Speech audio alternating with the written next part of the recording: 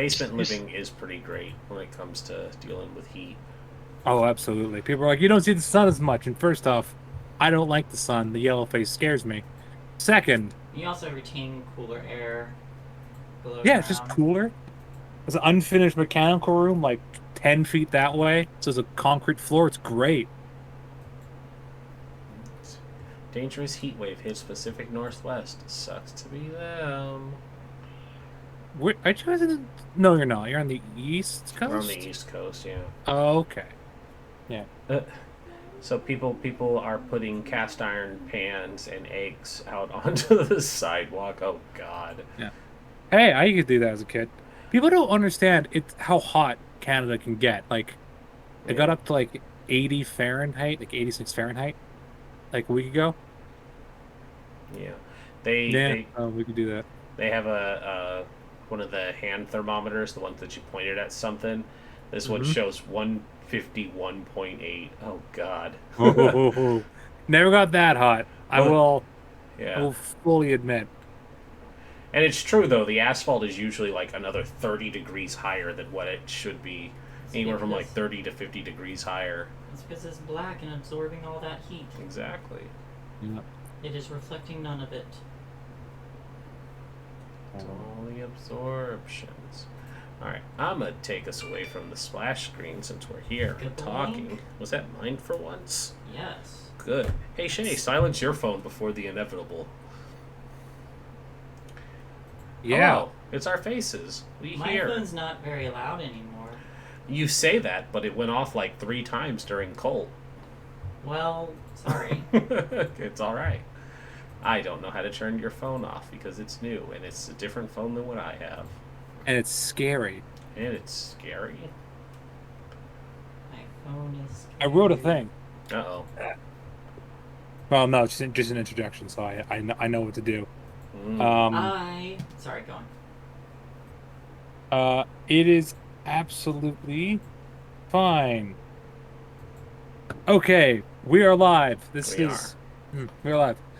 So welcome to Part White Games. Our last episode, which was a couple weeks ago, due to some stuff that comes up. You know, people have lives and they don't always work out for where you want to for scheduling. That's fine. The last episode, our little resistance group robbed a jewelry store and framed the owner for a crime they committed, and then had to force him. Oh yeah, If you that's you not guys did do that. We Yeah. did do that, I if remember. that's not quintessential party wipe games, I don't know what is. I wasn't involved, so it's fine. Just just a lot of crime and then have sex with a Frenchman and an orc. There you go. Shit. We need to get we need to extend our orgy. It's Or just a lot of Okay. sex going on. yeah. Um, I mean moving we up. need to make sure everybody's involved, so Sailthil gets the extended cut.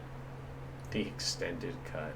The He's extended cut. Indica. Well, Sellathil during this had to go to the do her job because she's a cop.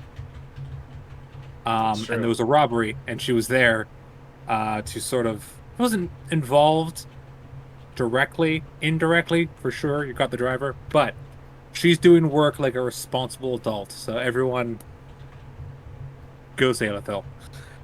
Um, so actually, we'll start with our good friend Sellathil.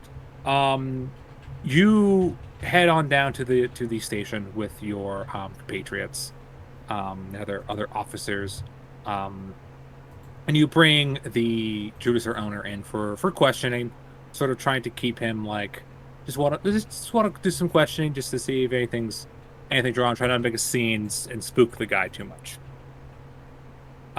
Since you're not on duty, you are not involved directly with the questioning.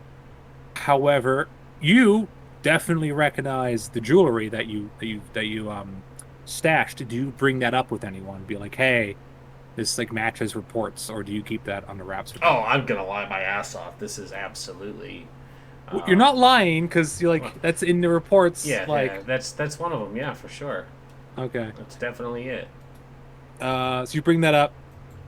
You enter it.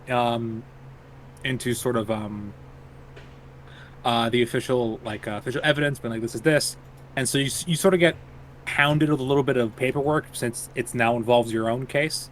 Um, so you're sort of talking with some of the other officers for a bit, still in your picnic gear, for your distraction of the guard. Um, and while you're doing this, a takes you probably there for like 30 to 40 minutes, when a very well-dressed drow officer walks into the precinct. And if you I'll give a polite salute. sure, As you is stand up, customary.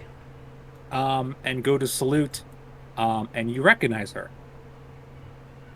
You recognize her from the barracks. She was the officer that demanded that all of you swear allegiance and shot one of your fellow officers in the head. Mm-hmm. I remember her. So do you do anything? Do you say anything as this person sort of approaches? Doesn't really approach you directly, but definitely walks in. Nope. I don't have anything to say to her. I give the salute, and as long as she doesn't address me, I'm not getting in her way. That's probably smart. She walks in, sort of casts a glance over everyone, kind of makes eye contact with you for a moment, and registers like, "Oh, I recognize you from somewhere." Sort of like, "I know who you are somehow," but doesn't speak to you. And enters your the captain's sort of the captain of the precinct's office, close to the door. Do you do anything now, or do you continue to? I go back to filing my reports. Excellent. You go back to filing your reports. Yeah, the memory of your fellow officer standing up to her and saying, "No, I won't. I won't say allegiance." And her very casually pulling her gun out, shooting him in the head directly. Yeah, she's not someone to fuck with yet. She's not something to fuck with, definitely. But yeah. So you continue to do your paperwork. I assume you kind of do it a little bit faster than you would normally do it. Sort of get out of the precinct. So you do that, and you make your way back to the hideout. And when you arrive, Jean-Pierre is currently like the foursome has ended. Jean-Pierre is wearing clothing, but is wearing like a button-up shirt that's like almost completely down. He's a little disheveled and is smoking a cigarette, sort of like sitting in a chair, leaning back, and looks up and goes, "Ah, hello! You've returned. Yeah, you missed a bit at the party, however." Well, I did have business to attend to. Ah, yes. Such is the life of a officer as law. For our others, Grigori and Tan, what are you two doing in this moment? Is this orc sated? For now, yes. Okay, then I'm probably looking over some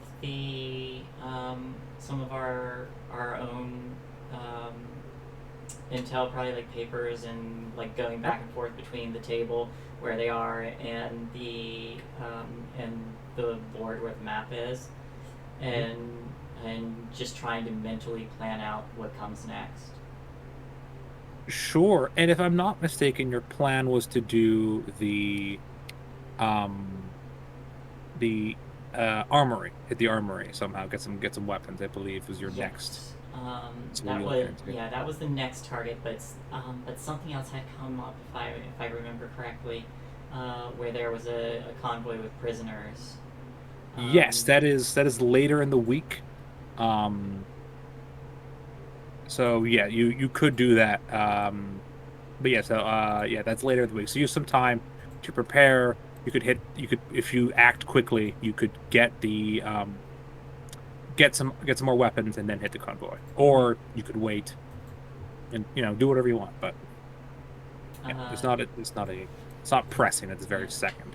So in that case, she, like I'm probably like there like with a notebook and staring at the map, circling a point, and then stepping away and chewing on the pencil, and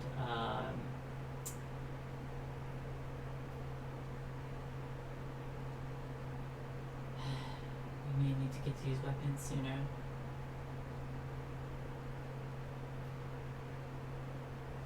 Sure. So you're doing some stuff, trying to schedule and try to figure out your next sort of plan. Grigori, what are you doing? Probably looking the same thing over, trying to plan out, how to hit it, where to hit it, looking for vantage points he could be at. For the armory or the convoy? For the convoy, because the armory, he's already working there, so he just has to figure out how to get the stuff out of there. Mm-hmm. Yeah, for the convoy, it is leaving the city, so there won't be a lot of like buildings that you as a sniper could hide in, but like the grassy knoll, like hide behind a bit of a hill, cover yourself with some leaves. You could do that, sort of looking around, trying to find some places to hit. Actually, let me pull up my skill directory so I know exactly what we can do in this.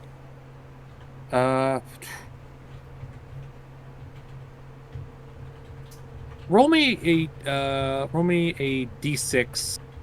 Roll me 2 d6s. I want to see if you succeed on this. This is a roll. Yeah, that is a success. You are trained as a sniper, so you kind of know where to set up. There's an area. There are some. There's a slight hill again you can hide behind. And there's also like some trees that could provide some cover, as well. So there's a spot you think would be pretty good for an ambush.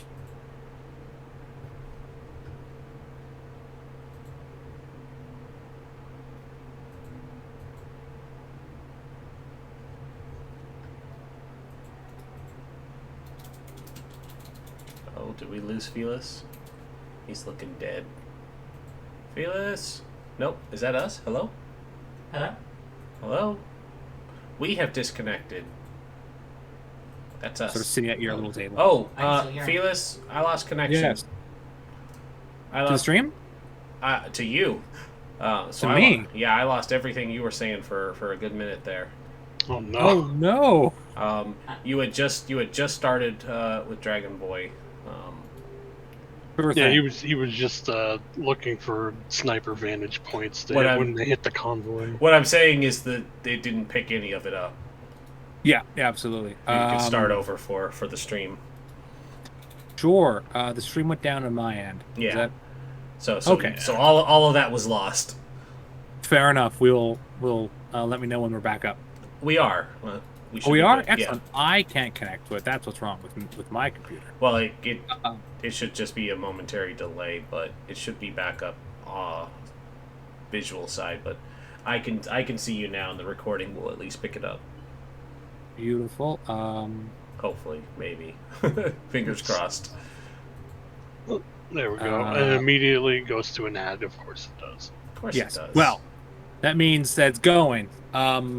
So sorry for that, everyone. Yes, Gregory just has picked out a spot along the route that, at least according to the map you have, is probably a decent ambush spot. You have to go check it out yourself.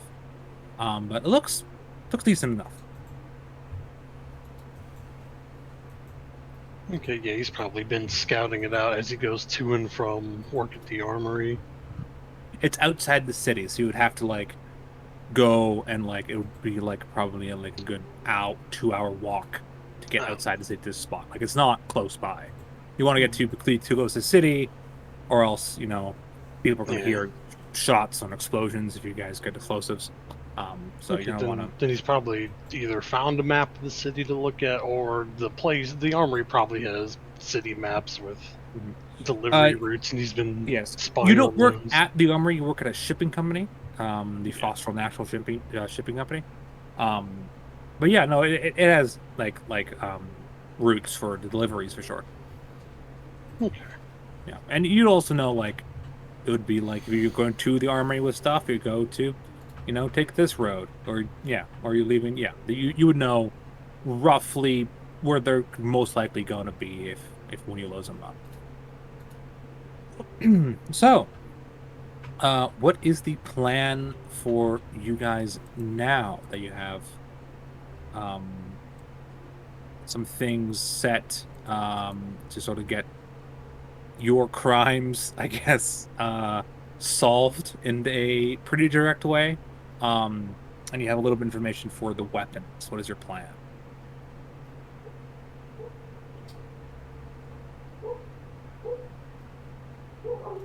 We listen to the dog go.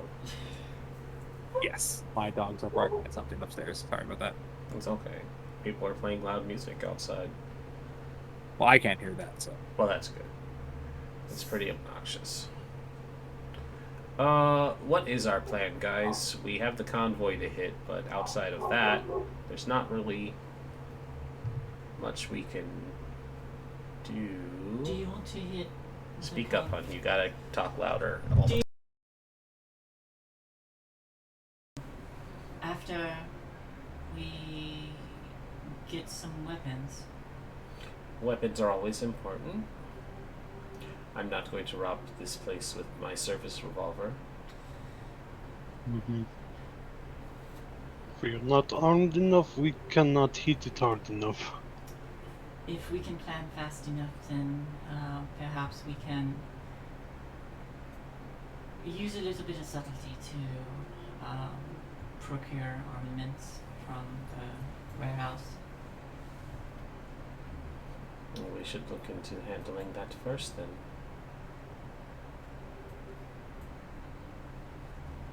I figured out how often they come. Most likely, biggest problem is simply getting somebody there that looks like they could be pickup person for things. Paperwork is easy to take and forge. And once we have this paperwork, you think you'll have no problem getting in? That will be for one of you to do it, because I am just regular mover of things. They have the special people that come in are the military, so you would just need uniform. Well, we have a laundromat where uniforms can go missing, or at least replicated. Probably easier than losing them. Gotten so much use out of that fucking laundromat. We are going to use that laundromat into the ground. I will also remind you that you do have there on your little table. I just remember this. There is a bag of stolen jewelry. Mm-hmm. We had talked to the fence, but we haven't really set up much with them right now, right? They're aware that you pulled this job. Mm-hmm. So we gotta get so that to them. Yeah. But yeah, I just remember I was like, it's been a while. I just want to remind you that you do have a shit ton of money sitting on your table. So keep that in mind. We should go take care of that then. Of course. Yeah. Good thing.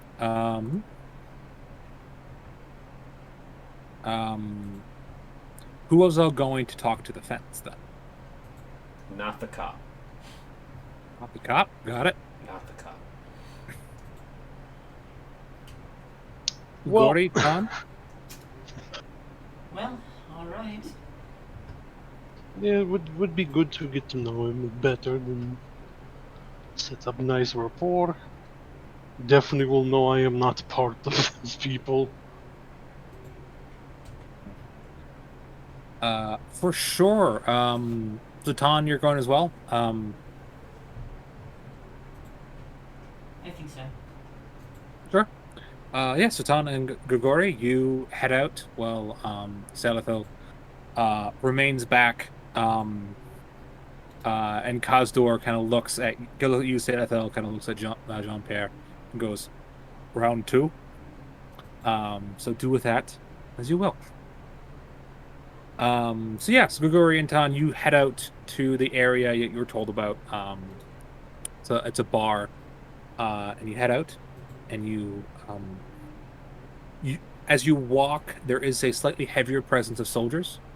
Um, they will occasionally stop someone, ask them some questions, um, and sort of continue on their way. Let's actually see if any approach you. Where is it? Where is that dice I want to use? Okay. Two soldiers do approach the two of you. Their guns, usually kind of slung over the shoulders, are not. They are carrying them. Fingers are not on the triggers, but they're definitely sort of Nearby. prepared for. Yeah, they're prepared for. No, they're on high alert. So they approach the two of you. One of them sort of puts up their hand and says, "Stop. Is your business out?" Pause. Hmm? I pause. Yeah. Is there something we can do? Why are you here? Why are you out right now? We are not loitering, sir. We are. That wasn't the question I asked. Why are you out? He just want to know why we are out. We are heading to a bar.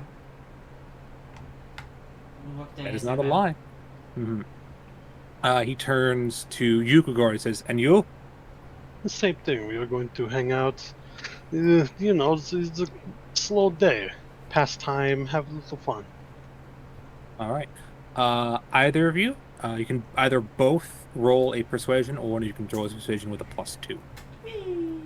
I think it's persuasion. I forget the exact name of the skill. How is your persuasion?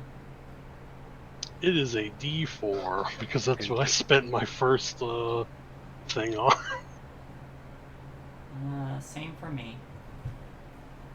Well, D4 plus 2 you then. have, I was you gonna say, have what is you have your two what is your pennies. yeah, I was gonna say, what is your Whoops, I did not mean to roll, but let's see what it is. It's an 8. That's a double Ooh, success. okay. That's a raise, actually. Yeah. So, you say that, and he sort of looks at the both of you, and sort of they both kind of relax, and he says, "All right, carry on. Remember, there is a curfew tonight. There has been a major robbery. Oh goodness. What time is curfew? Sundown. If you're outside, you will be arrested." Understood. Thank you very much. Thank you for making us aware. Yeah. They both sort of stand off, off to the side and let you pass, and they continue, and they sort of approach a gnome, and sort of start talking to them. So yeah, you continue on your way. Thank goodness you guys rolled a good persuasion because you're carrying a bunch of jewels, and they would have searched your bags. So yeah, you continue on your way. No more soldiers will approach you. And you eventually go to this sort of rundown divey bar sort of place. You sit down. You ask the bartender for like, "Oh, we're looking for this person." I do not forget the name of your contact. But you ask for them. They sort of disappear for a bit. Come back out. As you wait, kind of worried, a little bit about the curfew. You think you should return to should be back to your homes or wherever you're staying for the night before sundown, but it's always a little stressful whenever the occupying military force says you're out at a certain time, we're gonna grab you. Eventually, someone enters the bar, walks up to the bar, sits at the bar counter next to you, takes a seat. It is a woman, probably in her like mid to late 50s, definitely an older woman, human. Sits down and says, "I hear you've been looking for me." We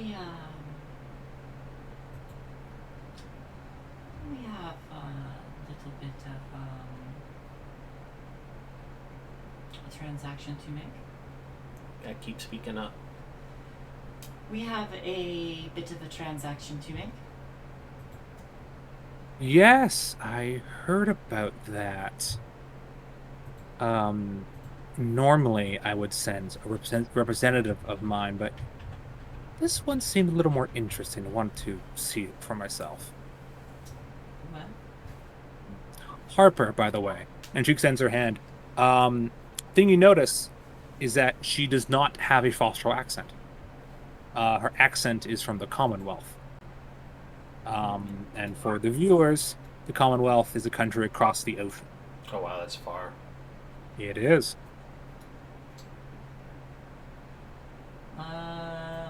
I have no interest in asking where she's from. Sure. That's bad for this kind of business. Absolutely, but you notice that she's definitely not probably not born in Fosterl, not born and raised. So, do you? Because she kind of looks at your bags. I assume you brought it with you. We have. Is there somewhere private we may do business? Of course. She stands up, and beckons you to follow to sort of a back room. And as she directs you towards a very nice, very well made, nice table with like very, very expensive chairs, kind of like a higher class version of your own little hideout. Put down the stuff, and she is carrying a bag with her. And she pulls out this like bundle, this leather bundle. She unrolls it, and it's a set of jeweler's tools. And she begins to inspect the jewelry, sort of checking the clarity of gems. She takes some of the gold, and she has this little thing where she shapes them off and does like mix it with a chemical to see its purity. And she clearly knows her stuff, and is intensely focused in. This will take probably, because she's checking every single piece. She wants to know exactly what she's paying for here. Mm-hmm. Yeah. And as she does, she starts to sort of organize them into piles. As you're kind of looking, go on.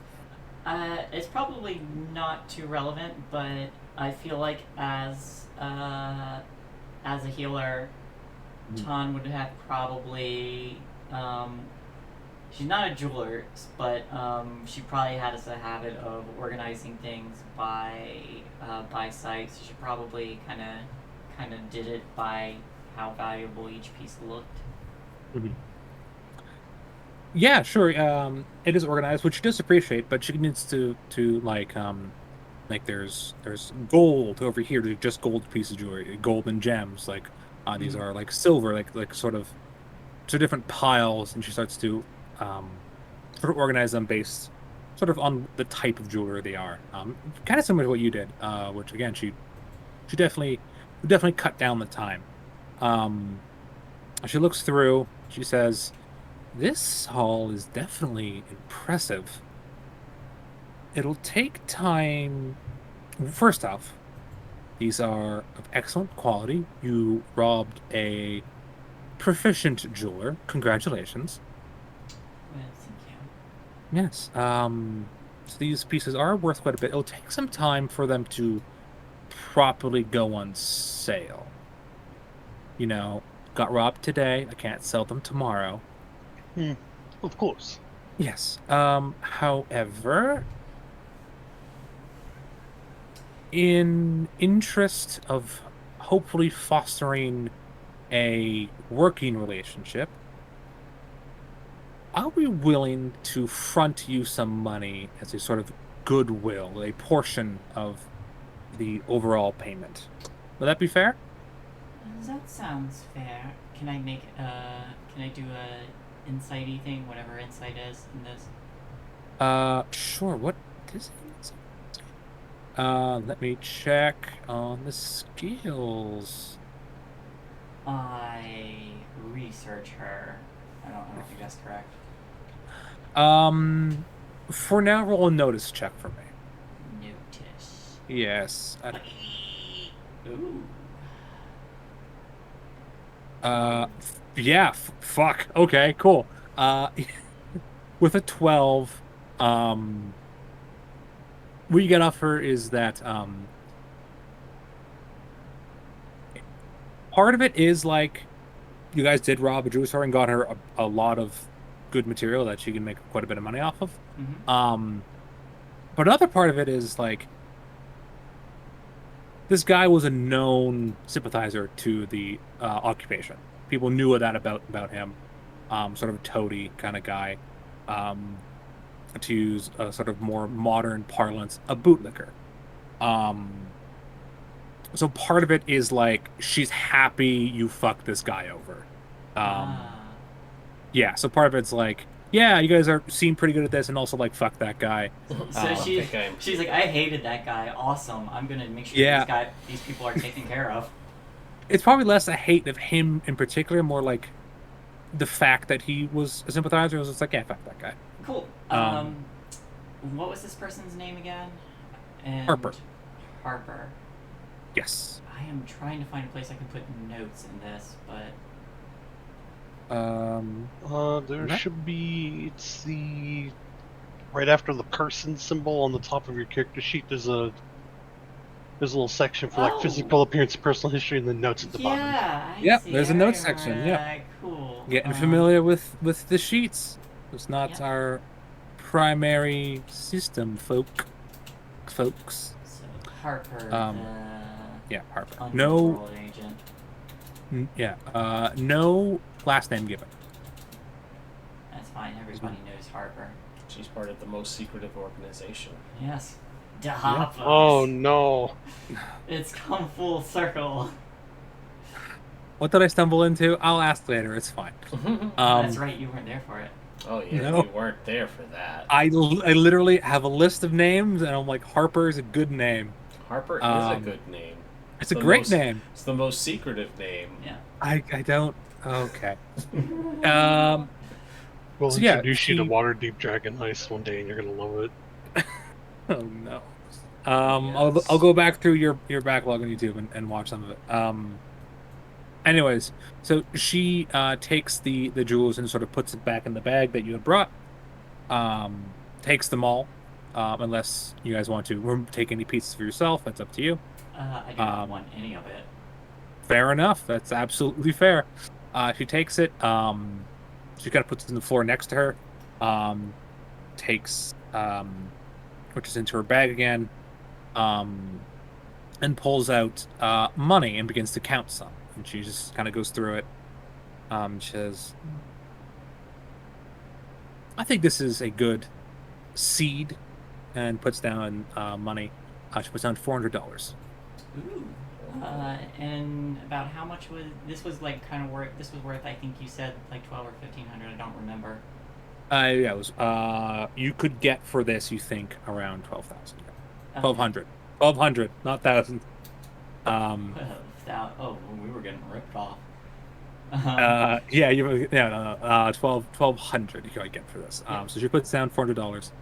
Says, I think that's a fair seed. You get the rest of the money once I have sold it, and I have the rest of the money.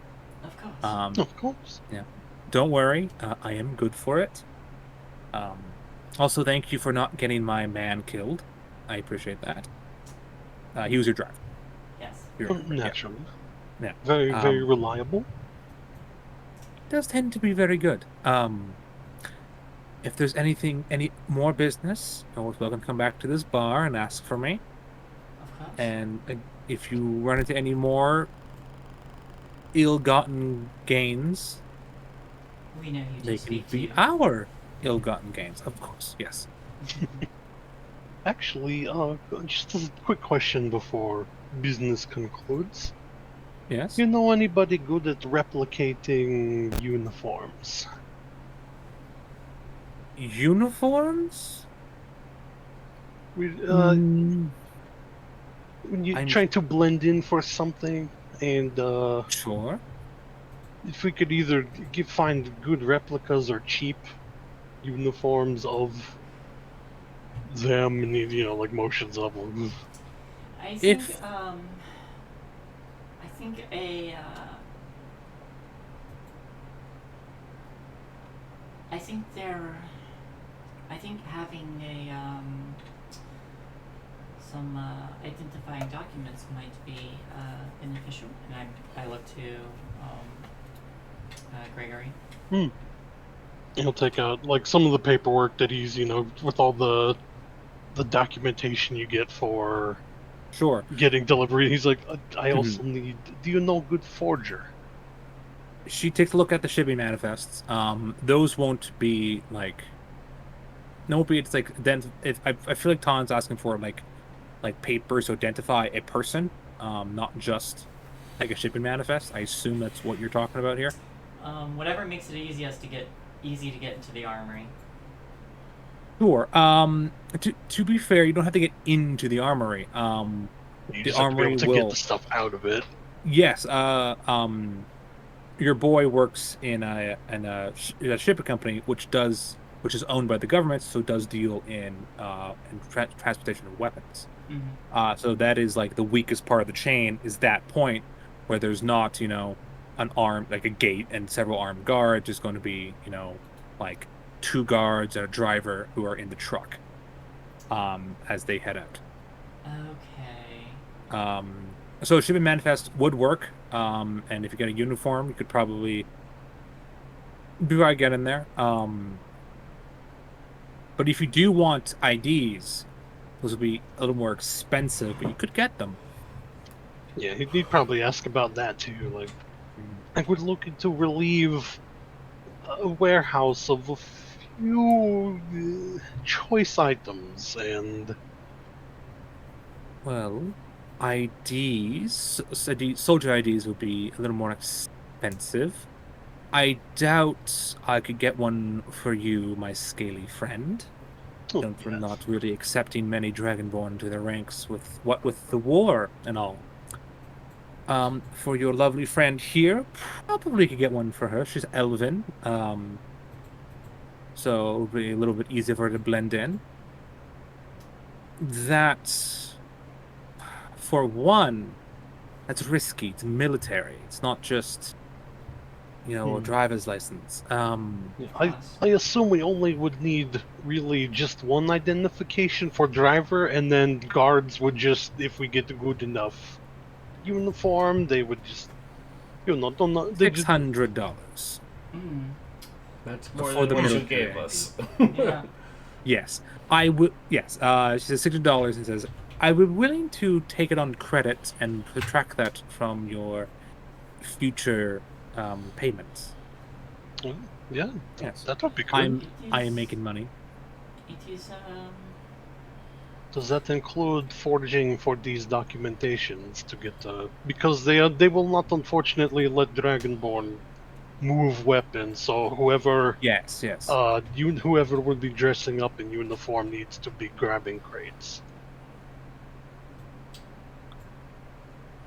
Since we are entering a business deal, and if you are buying this military ID, I could probably a lot less risky to forge. It's not as official.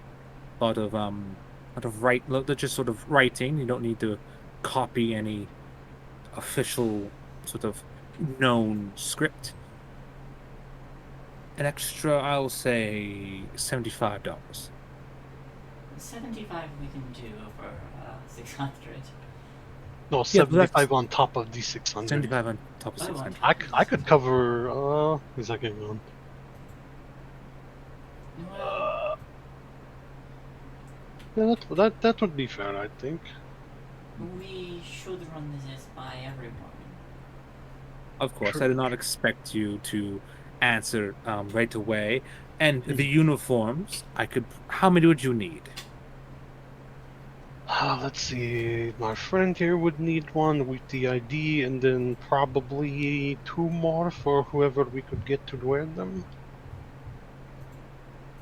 Just so it looks more like official pickup. 3 uniforms, and that would be an additional 100 for each, additional 300. So you're up to $975. Alright. Let's take this information back. Hmm. Of course.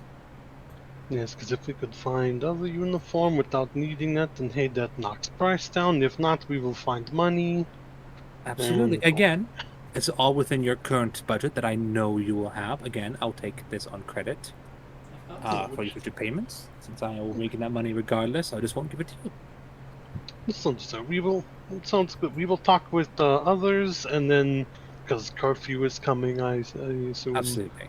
and we will probably be back tomorrow with word of either we get it all, or if some we could find some other thing to help lighten load.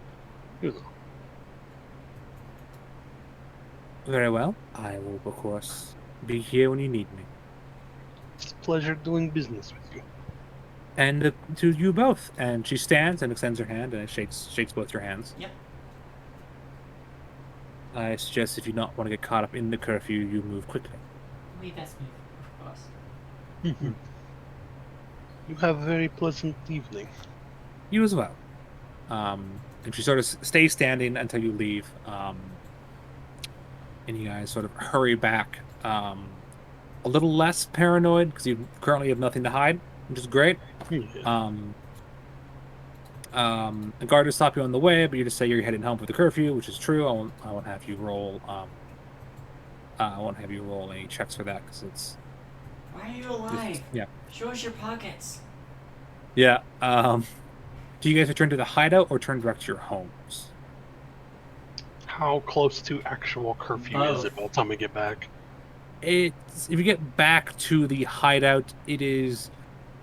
If you guys take public transport like the cable cars, you probably get back to your home, but you probably wouldn't make it on foot. Okay. Yeah. It is both for me. That Yeah, is true. probably You do because- live there. Yeah, you did say that.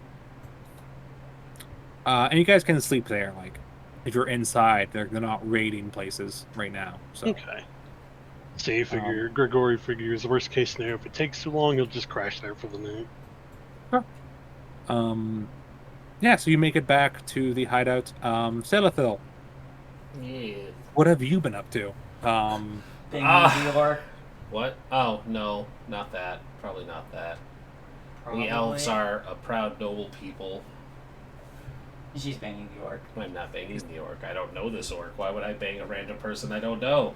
You do know this orc. You've met them. I don't know them well enough to bang them. They got recruited for a job. That's fair. Jean Pierre goes around too, though. So you get to listen to that. Yeah.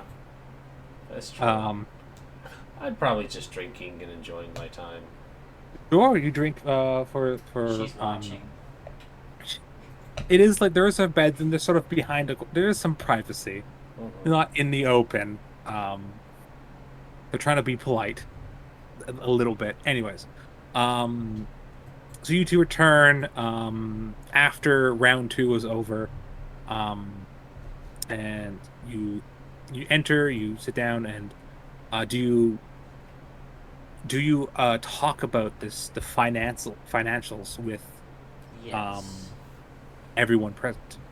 We go over everything. We did promise them a fair cut. You did promise them a fair cut.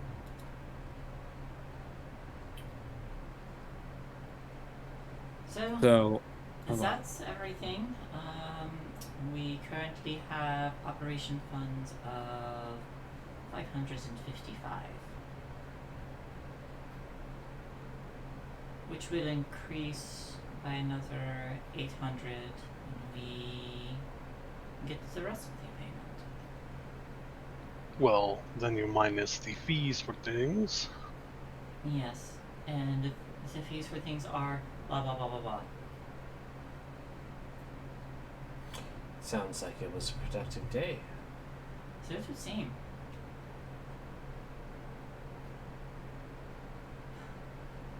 Well, what do you think, Sarah? About what? About what items to prepare, if any, uniform identification. Identification would be helpful. Uniforms we can reproduce at the laundromat. Well, that's good. That would save us $300 right there. about 600 then, coming out of our funds. Which is much easier to afford with however much she could sell them for. What would be an apt amount of money to pay our friends? Do you ask them how much they would like, or? I probably will, but first I want to know if I know. You're not really a criminal, so roll me a straight D4, a D4 -2 actually. Oh no. She's gonna With a get D6, with a bamboozled. D6. D6 also takes the -2. Yeah, 600 each sounds great. So that's a 0. Yeah, and they're all D6 as well. That's a 3. That's a 3. You're not really sure how much armed help goes. The grind for armed, the hourly rate of armed help is in a robbery. I probably look to Yeah. actually, whoops. I probably look to Gregory again and say, how much do mercenaries usually make? I suppose it depends on if very specialized, one-time job, if you're keeping them on. If you're keeping them on.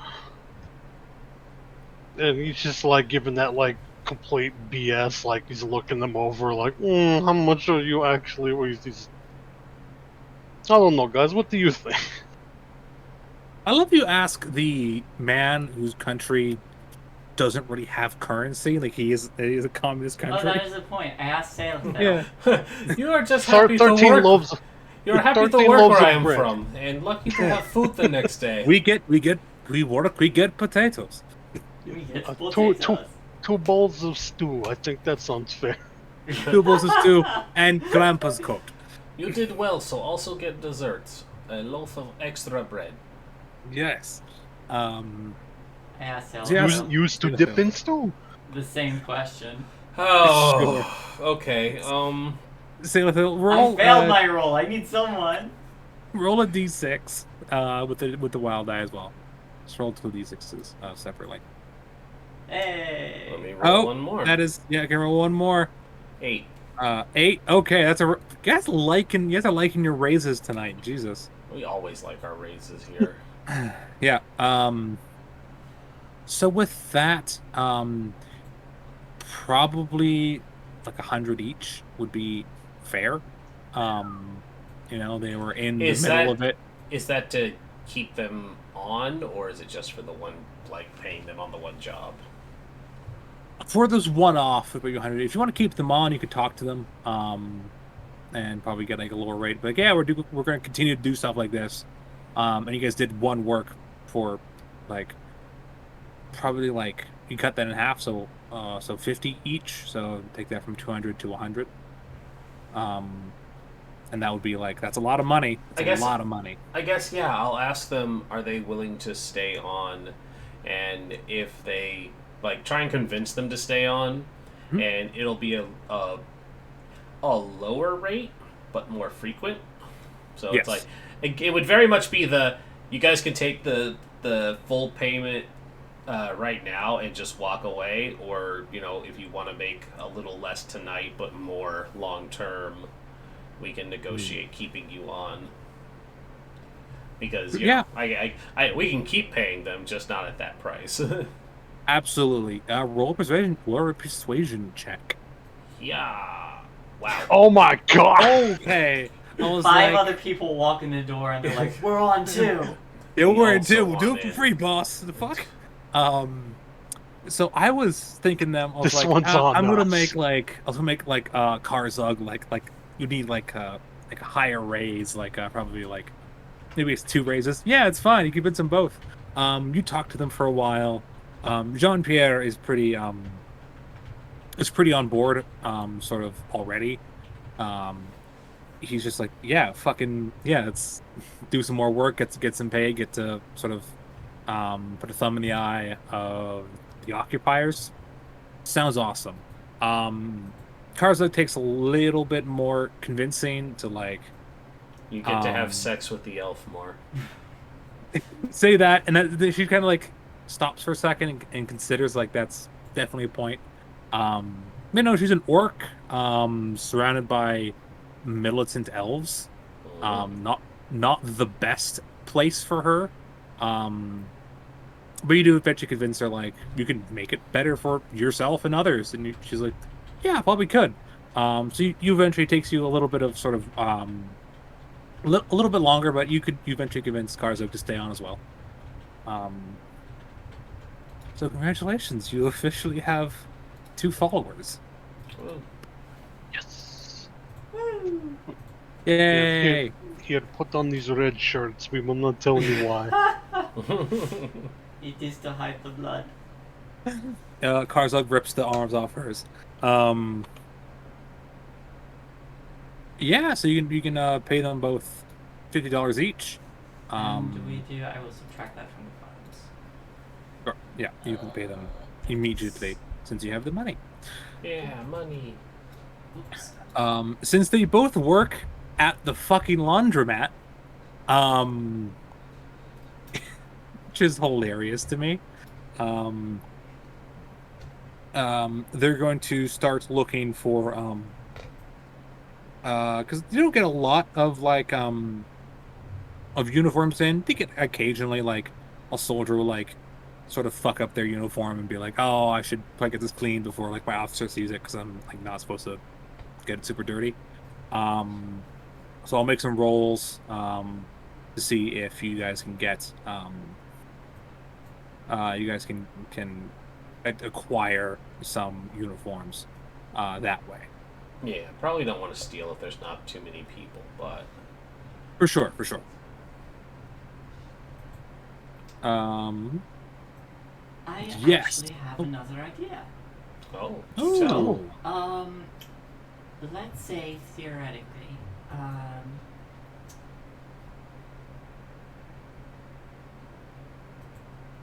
if I were to go to our good friend the harbor, and asked if they were willing to interfere with a little bit of, shall we say, mail to a certain family back in the Underdark.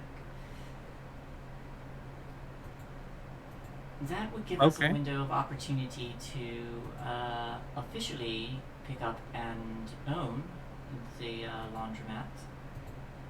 And we could actually offer it as a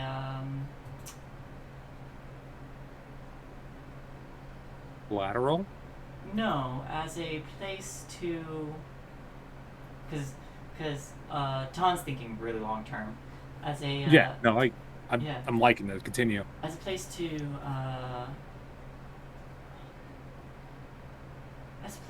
as a point of contact, place to do not deals Business. per se, but perhaps Business. exchanges. Yes. business is good.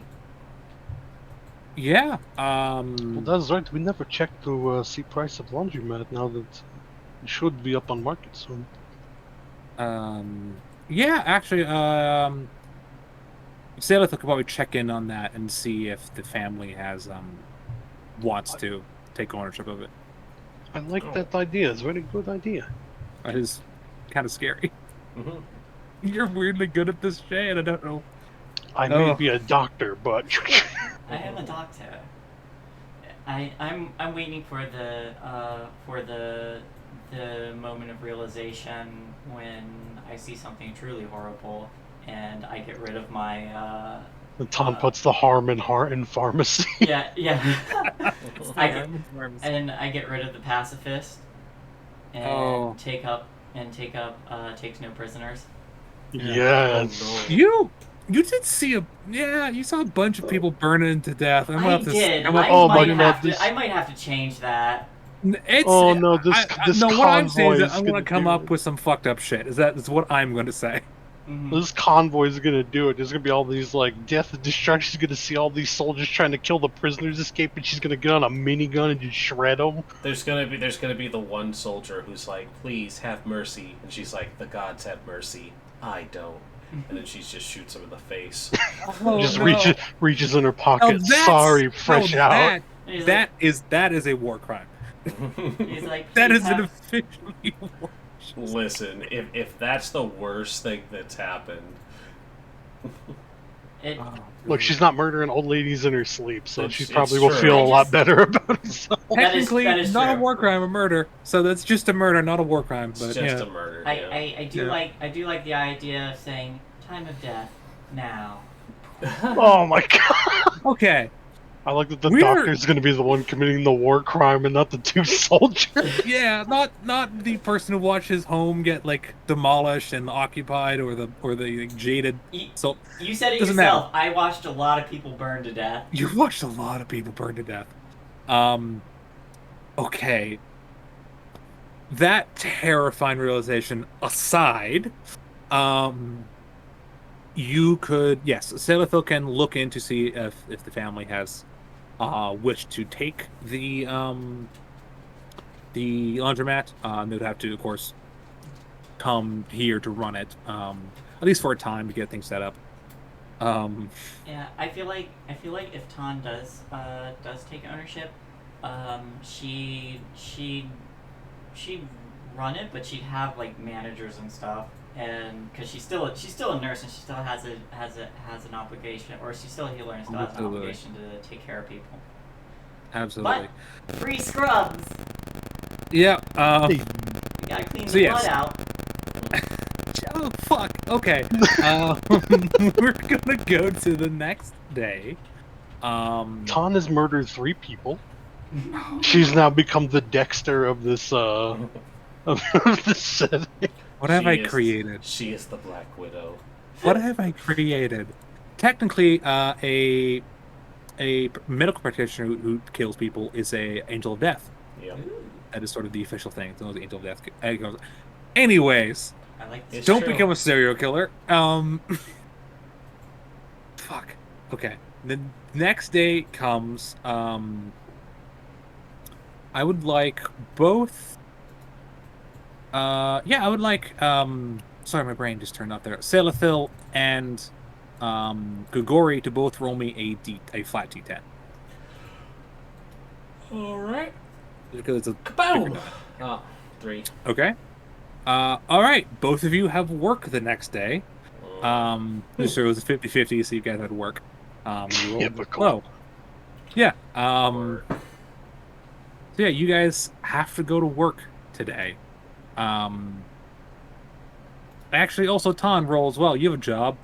That's true. I do have a job. Yeah. So everyone roll. You're all employed. Let's Um, see. She has a job stabbing homeless people in the alleyway. Okay, she's not there yet.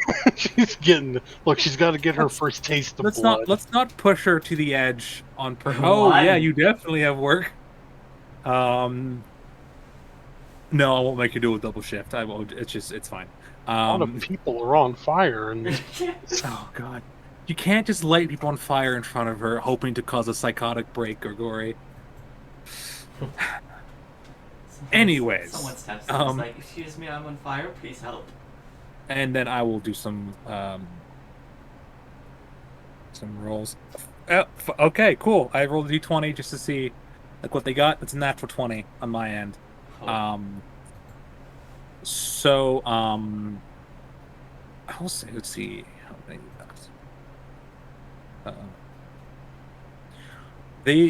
your friends are able to sort of finagle and do a little bit of lying to some soldiers who come in and say, oh, it's going to take time, like sorry about that, and they're like, it's like we have we have spares, but we're going to need it back before we start.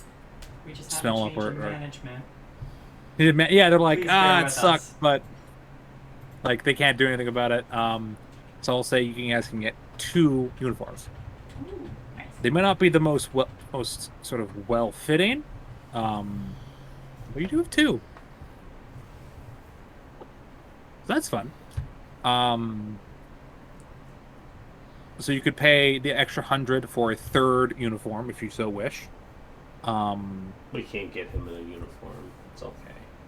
Oh, but we have 2 other henchmen, don't we? Yeah. Yeah, you do have 2 henchmen. One of them is a human. Which there isn't a lot of humans sort of in sort of the guard here. A lot of sort of the native recruits of Fostral are sort of sent to the front lines, so they don't have to sort of patrol and keep a boot in the neck of their sort of kinsmen. They're sent to fight the dragons and the Canis and the Republic and the Kagane. It's probably good that he's one of the ones that's just wearing the uniform, picking up boxes, so he just looks like the hired help. It's like we just needed these privates to carry this shit. I mean, that's the thing too. We can just have we can have them load. Mm-hmm. Yeah, they can be the grunts, and Tom, the nice pressed uniform elf with the paperwork and the ID. Sure. Yeah, if you want to play it that way, that's definitely an option. Or you could put the orc in one. Is that more believable than a human? Probably not. No. But you could do it. Like it's a thing you're allowed to do in the game. Yeah. Let's spring for the third one. Did I collect the insurance on my necklace? Oh right. Yes. I will say that day, an officer comes up to you. He's not really like a control officer. He sort of deals in sort of the more sort of academic side of law enforcement. Essentially, like he's guys going through books and checking for fraud and things like that. Kind of sort of a mousy guy. He's a drow. Says, you are a Sailor, yes? I've never spoken Villy. Correct, that's me. Well, checking through the books of the man who was robbed and may have. It's a whole mess. But there is a sort of outstanding order of yours that I do believe that he could no longer fulfill. So we have taken some money and discount for you, and so he hands you an envelope with $50 in it. With 50? $50. That was the amount you spent. Alrighty. You have your starting cash back. Congratulations. Hooray! Yay for you. You probably actually have like the physical bills as well if you took the money as well. Crime is fun. So yeah, you have that money back. You spend the day. So though your day largely incorporates like working with the investigation of the robbery, trying to figure out like. From what you learn, he's not being charged with the murder. There's no reason for him to have killed her. It's believed that he is helping Fence. That is sort of his crime, is he's considered Fence in this scenario, because they never really interacted. They didn't have a lot of reasons. There's no motive for him to have attacked her. But he is being investigated for a crime because they found her jewelry in his store. So that's what you learned. Yeah. Not exactly what you wanted, but not bad. They're definitely going to start looking for, like, they're not going to expect a resistance movement, especially right now. So sort of your modus operandi is not on the table as a theory. So that's what your day spent with. A lot of talking, a lot of paperwork. Ton, your day actually is kind of interesting, because as you were working, sort of going around the clinic you work at, a very well-dressed female drow officer enters your clinic and begins to speak with speak with the clinic's head, then speaks with some of the other doctors that work there and some of the nurses, and she eventually approaches you and says, you are Tan Shir, yes? Yes, I am. And she, like, I very much make it a point that I'm paying attention to her, but it's a clinic, and I have people to heal, so I'm still, like, running back and forth, but I but I do respond and make it clear that that my attention is on her as I'm like grabbing whatever supplies I need, like rags and whatever As else. you continue to work, she stands and watches you for a while, and you get the feeling that she's not going to talk until you stop and listen to her.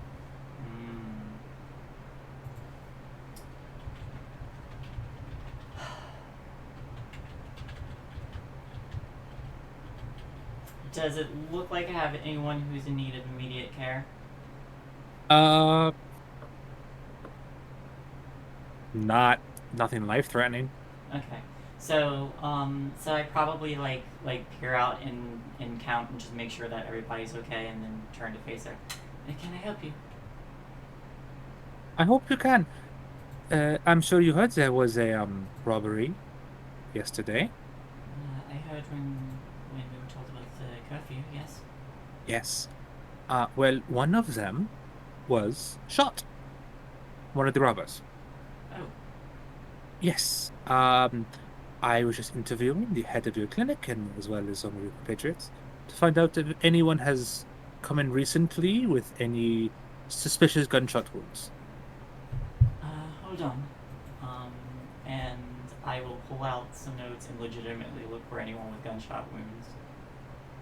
Sure. Let me just check the skills. Not super familiar with them. Oops. Roll a research check if you have it. If you don't, it's D4 minus 2. Research. I think I have research. You would have research. It's something that I think your character would have. Do. Excellent. Roll that. Yeah. A 7. Looking through the notes, there is a gunshot victim. It was a soldier during live ammo training. Got shot right in the ass. Unfortunately, it is too old to sort of match up, and also not under sort of suspicious circumstances. Okay. Yeah. So she's like looking this over. I have one gunshot wound in the posterior live fire training. Yes, I'm aware. Sorry, that's all I see.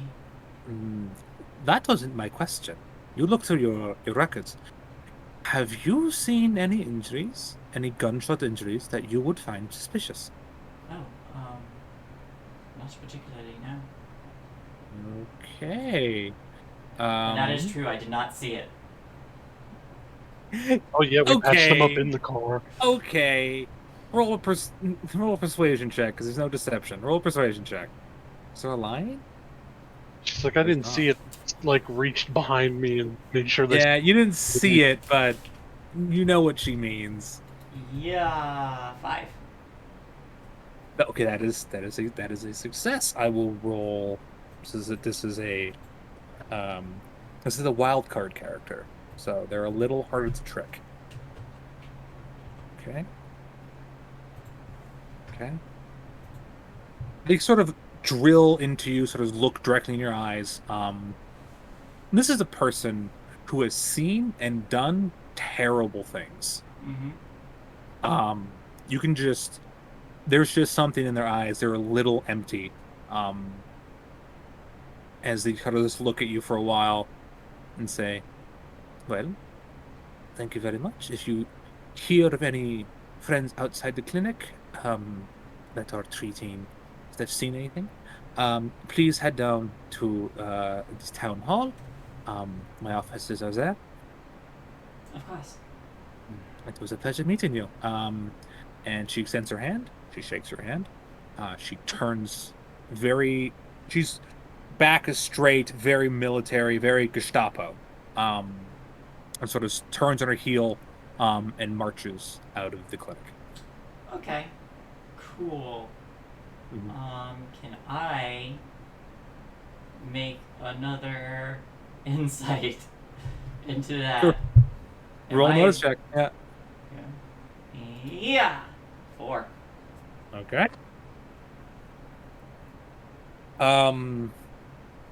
She doesn't think you're lying, from what you can tell. You think you're probably okay. Okay. Yeah, you don't think you're. Yeah. Um, if she does suspect anything, it's probably not enough to like act on it, but she might just be naturally suspicious. Like you're not exactly sure, but you think you're okay. Okay. Yeah. One of your fellow nurses kind of gives you a look like, well, that was fucking scary. I would not want to tangle with her. I mean, he's just a going to stay on their good side. yeah. And they return to their duties. So that is your day. Yeah. Grigori, you lift some boxes and shit. You lift some boxes and shit. There's no actually no. There is no meeting with this intense agent. And actually, you would all know this. The secret police are not called the Gestapo. They're called the Daughters of Lolth. And yeah, they serve as the secret police for the occupation. They're an all-female group, as Drow tend to be matriarchal. But so, Grigori, is there anything you do during this time, during your work? Any prep, anything like that you want to do? I think he's gonna make sure that like he knows the area where they store all the military stuff, but he wants to make sure that he knows which crates have weapons specifically, so that when they Sure. come in, it's like okay, it's these 3 boxes over here, Mhm. not these ones over here. The storage area for the weapons is kept separate. There's no weapons stored on site for more than an hour at most. Just because again, this is the weakest link in the security chain. Yeah. Um, Okay, yeah, that's still good for the note to get. Every hour they're gonna come and pick them up, so you need to be here yeah. on that Well, hour. if they're there, because they don't always like, it's not a constant sort of flow of weapons out of this particular area. Would he be able Um, to get a hold of like when there's a free moment, like everyone's busy looking at manifest to see about what time they usually are brought in, and sure, then roll a notice check.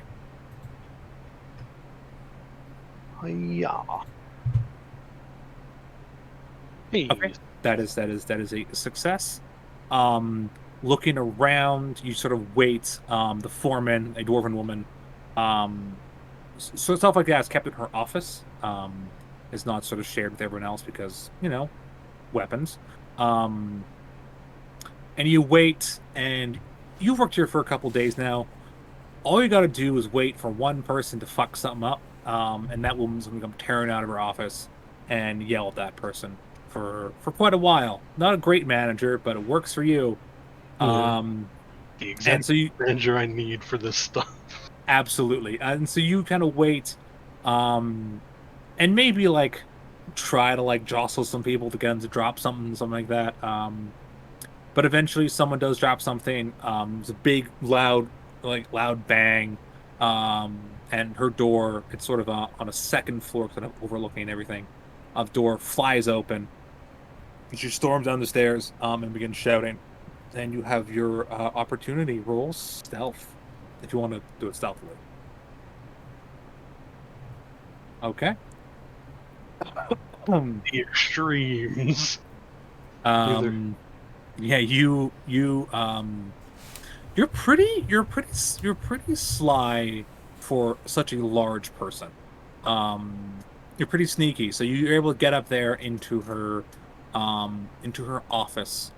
And you start to take a look around.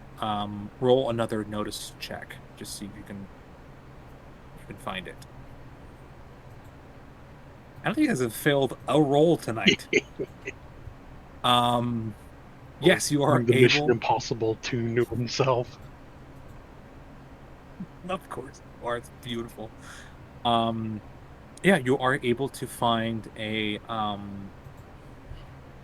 schedule You look at them; they're pretty normal. Just like there's some textiles are coming through, stuff like that.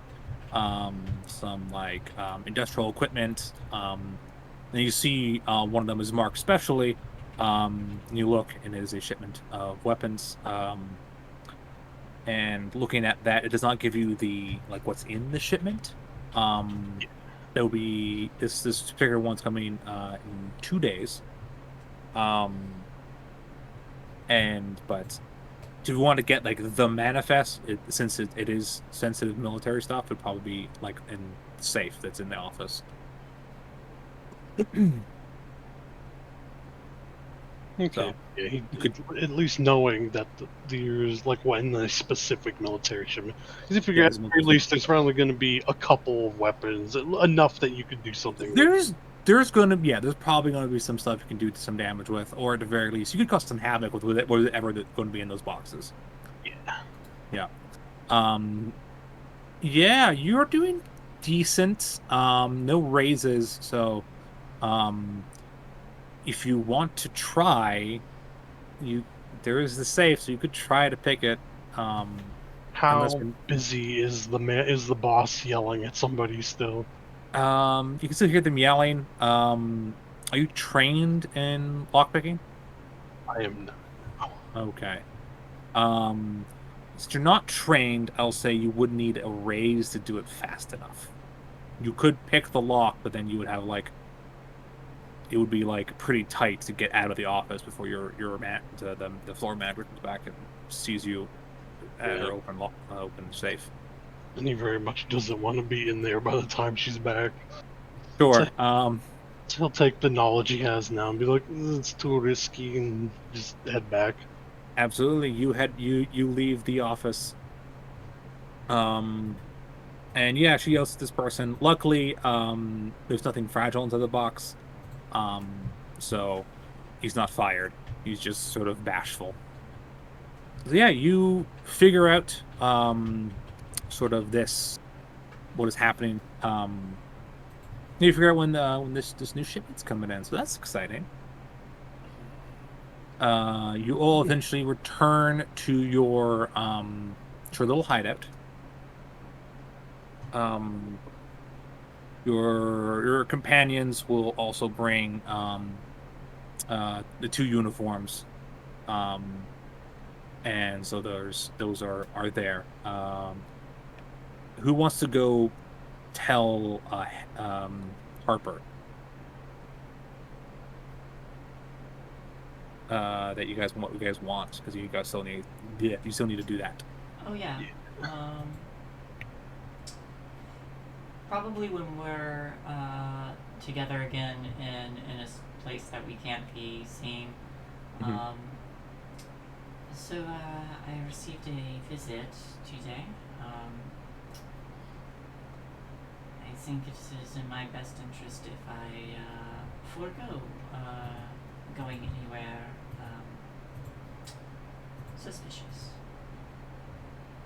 In the off chance that I may have eyes on me for a little bit.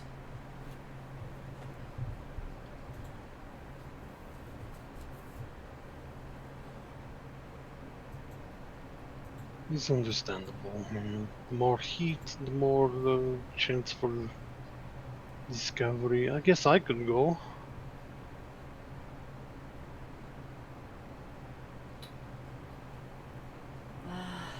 I just don't want to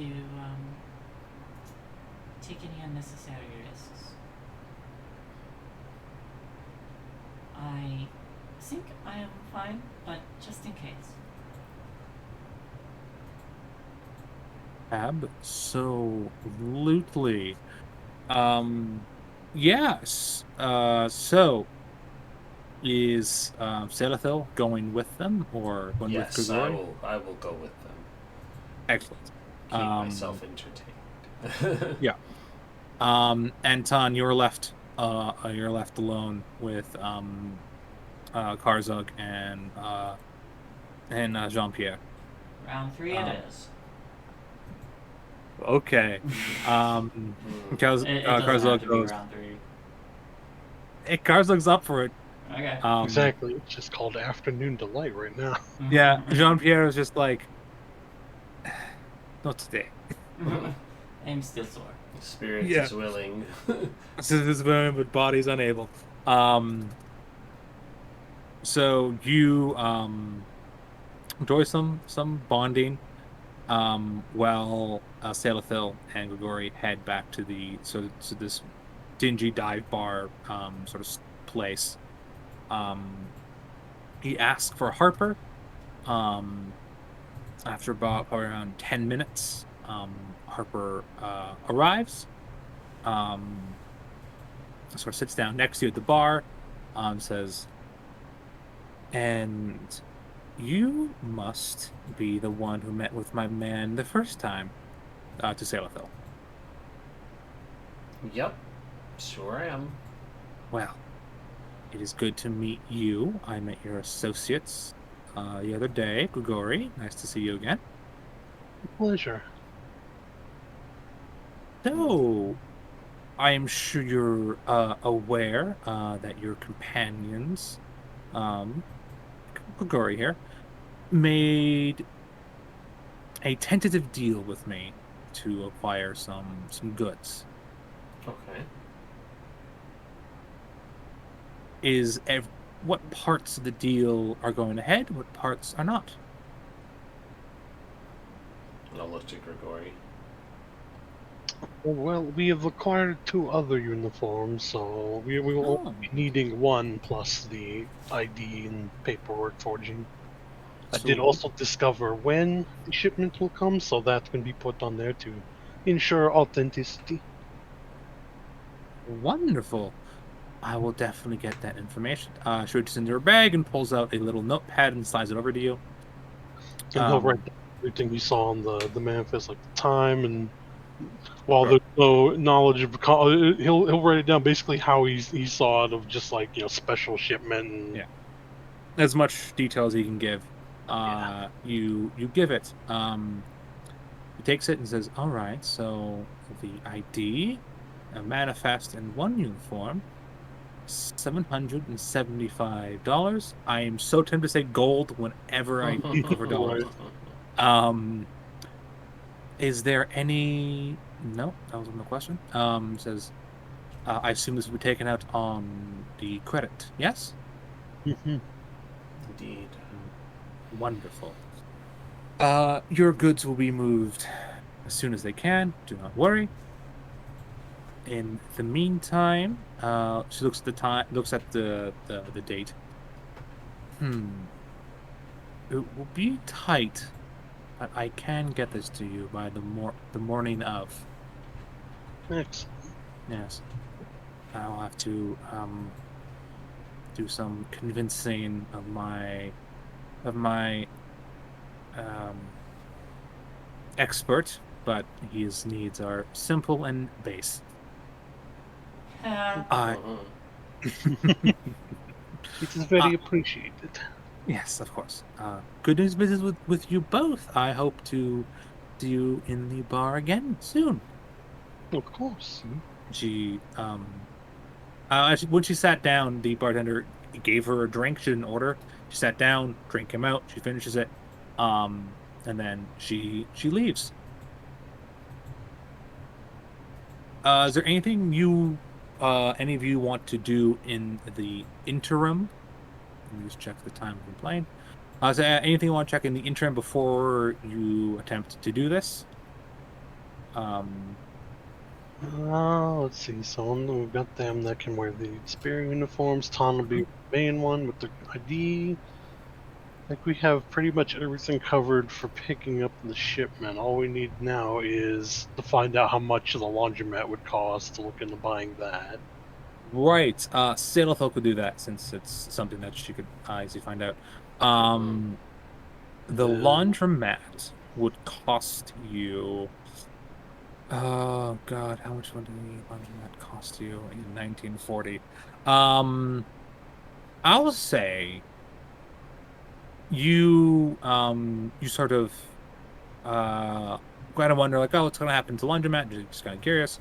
You learn that the family is considering keeping it up in an open market.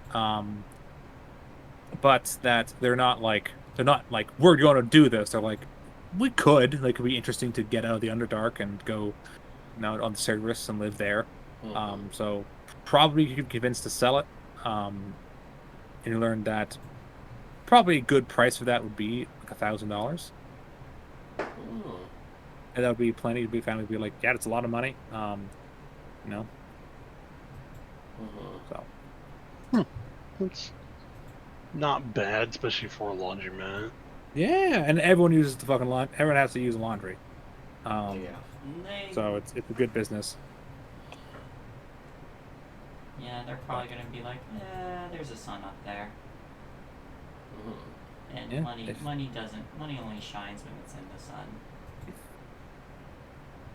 It's up to you guys. If you can sort of pull together the cash. Anything else? Any roleplay scenes? Anything you guys want to do before then? Tan's just going to she's going to spend a couple days just shaking some heat, if any. I think having that person come to her and be all intimidating, she's just gonna be a good girl for a little bit, just in case. Perfect. You're extra sort of polite and professional. So yes, that is. You make sure that you sort of stay below the radar for a couple days. Yeah. So before we do this, just so I am aware of the scenario that's going to happen, Han and Saelathil are going to be wearing uniforms. And then Jean-Pierre will also have one and will be sort of like not. He'll be there to sort of the muscle to sort of help things go along. Is that what I'm hearing? It's basically going to be the grunt that they're going to make pick up the delivery. Yeah, just sort of a laborer who's like employed by the military, so he has to wear a uniform kind of thing. Yeah. Yeah, sure. Who will have the official ID? And I assume it will also have the manifest. Probably me. Yeah, you're the talker, so probably for the best. Okay. You will both probably should carry weapons, since you are OB soldiers. I'm not taking my service revolver. Probably smart. But yeah, you can have your rifles. Okay, Grigori,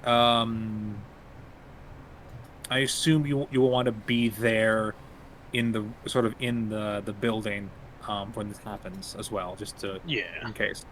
Sure thing. So Grigori, you talked to some of your coworkers and were like, can you like agree to take a shift that day at that time, just to make sure you're in the place. Time goes. Jean-Pierre, like when we get the uniform, he puts it on, kind of looks himself in a mirror, and it's just like, if I didn't see someone in this same uniform, Flash might able to say so one day. I would look good in this, but I couldn't feel dirty. Is that that's not? Was it just me? Yeah. It is not. But I am sure these have been quite dry cleaned. It doesn't give the boots are fucking amazing though, and the boots are really nice. You two put on a uniform. It's a little. One of them is definitely a man's uniform. So it's not cut perfectly, but they're mass produced. These aren't tailored individually, so some discrepancy like that is to be expected. Yeah, the day comes. Karzug sort of kind of goes up to each of you and sort of like adjusts some things. Sort of notice that she's at least trying to take on like the den mother sort of role in the group. But yeah, she makes sure like your armband is in place and like your uniform is like proper. and then she hands you you and Silithil and Tan rifles, the 2 rifles. Says, "Good luck," and sort of puts her hands on her shoulders. Jean Pierre's like, "Do I not get anything?" And she says, "I'll give yours later." He says, "All right." And you all head off. Grigori, you were already there. You're moving some boxes, sort of under the watchful eye of your manager, who always gets nervous whenever there's a shipment like this comes in. And as you approach, as the sort of the fake group approaches, you realize something. You guys are just rolling up. There's people there already. Shit, did we not make sure there wasn't another delivery happening? There is a delivery there, but like, you guys are trying to intercept a current delivery, so there are some soldiers there already. Who are just one of them is outside having a cigarette, the other one sort of inside, as sort of the driver of the car, which Jean Pierre is Jean Pierre is sort of playing the role of. There is sort of making sure everything's there, but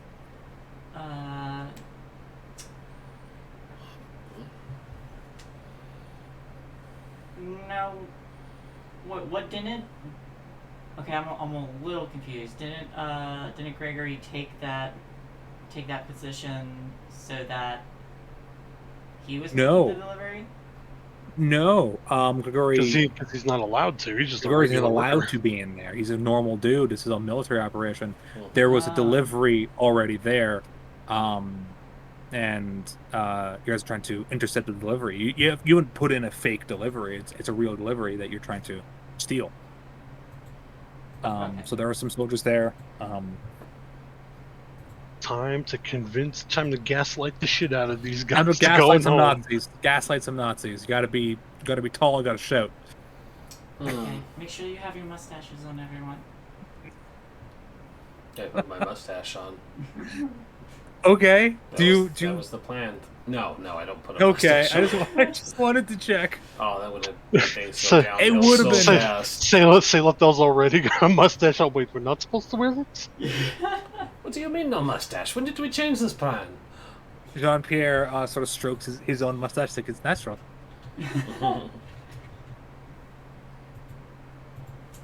So yeah, you sort of approach these guards. What do you do? And we're there before this other. When you showed up, they were there. Showed up. waiting. They're there. They haven't loaded the truck. They haven't done anything yet. They're just sort of making sure everything's there. Mm-hmm. Yeah, we gotta figure out what to do with them now that they're here. Absolutely. I cast Fireball. A sniper shot rings out. Listen, if we want to go that route, it's gonna just be harder. Yeah. You could absolutely do that.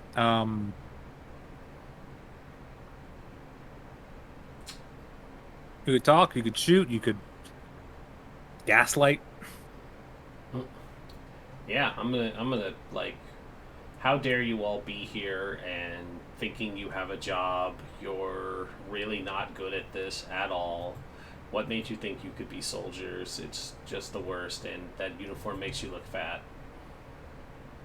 So you're in full officer mode on them. No, I'm gaslighting them. Yes. Well, yeah. you sort of like, again, you were an officer, Yeah. so you sort of have that tone. You can sort of summon that while gaslighting them. You can be both. How does assistance work in this? What do you do? How do you assist? I think she was gonna. I think I'll like be looking at at the documents we have and say it says we are supposed to be here and We're supposed to be here. Clearly, you're in the wrong Yep. place. there's no mistake here. Okay, sure. Somewhat messed up.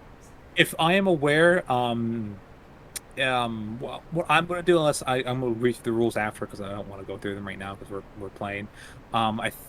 If you have like a good narrative way to assist, you will assist and you get a +2 to that roll. Salathiel, please roll a persuasion. Do we get a bonus for having these documents in ID? Am I adding anything to this persuasion? No, she's asking that. Add +3. Have it be a +3 instead of just a +2. Okay, Get an extra 1 for having the make paperwork. it a +3. Gotcha. Make it a +3. Yeah. 7. That's an 8. It's 8. Actually, because that's D8 +2. Why did it? I toggled it up to a +3, but you're right. It would be an 8. Yeah, Weird. It's okay. It's absolutely fine. Your D6 did a +3. But it's fine. Weird. It's weird. It's fine. I can do math. That's an 8. That's a raise. You kind of walk up, and begin to sort of, to yell at these men, be like, "What the hell are you doing here? Like, this is our delivery." And they're like, "No, it's ours." Tan kind of like shows like the manifest. Like, "No, like this is ours. We have the manifest."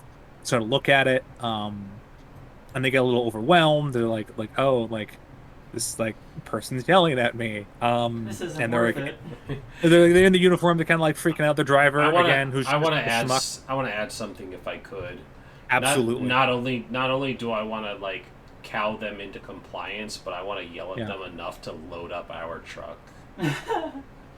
It's like quit wasting time and get our truck loaded up. We're gonna finish the delivery. Sure thing. Throw in we'll talk to your superiors about this. No, yelling, it'll be I won't talk to your superiors if you help us get this loaded up and on our way. Yes. One of them kind of like starts being like, "Oh, that must have been like a mix up. I thought we were on. Like, it happens." Kind of like trying to get you to calm down and stop yelling at them. And you're like, "Yeah, like get the truck loaded. We'll take it." And so, yeah, they load the truck. Jean-Pierre.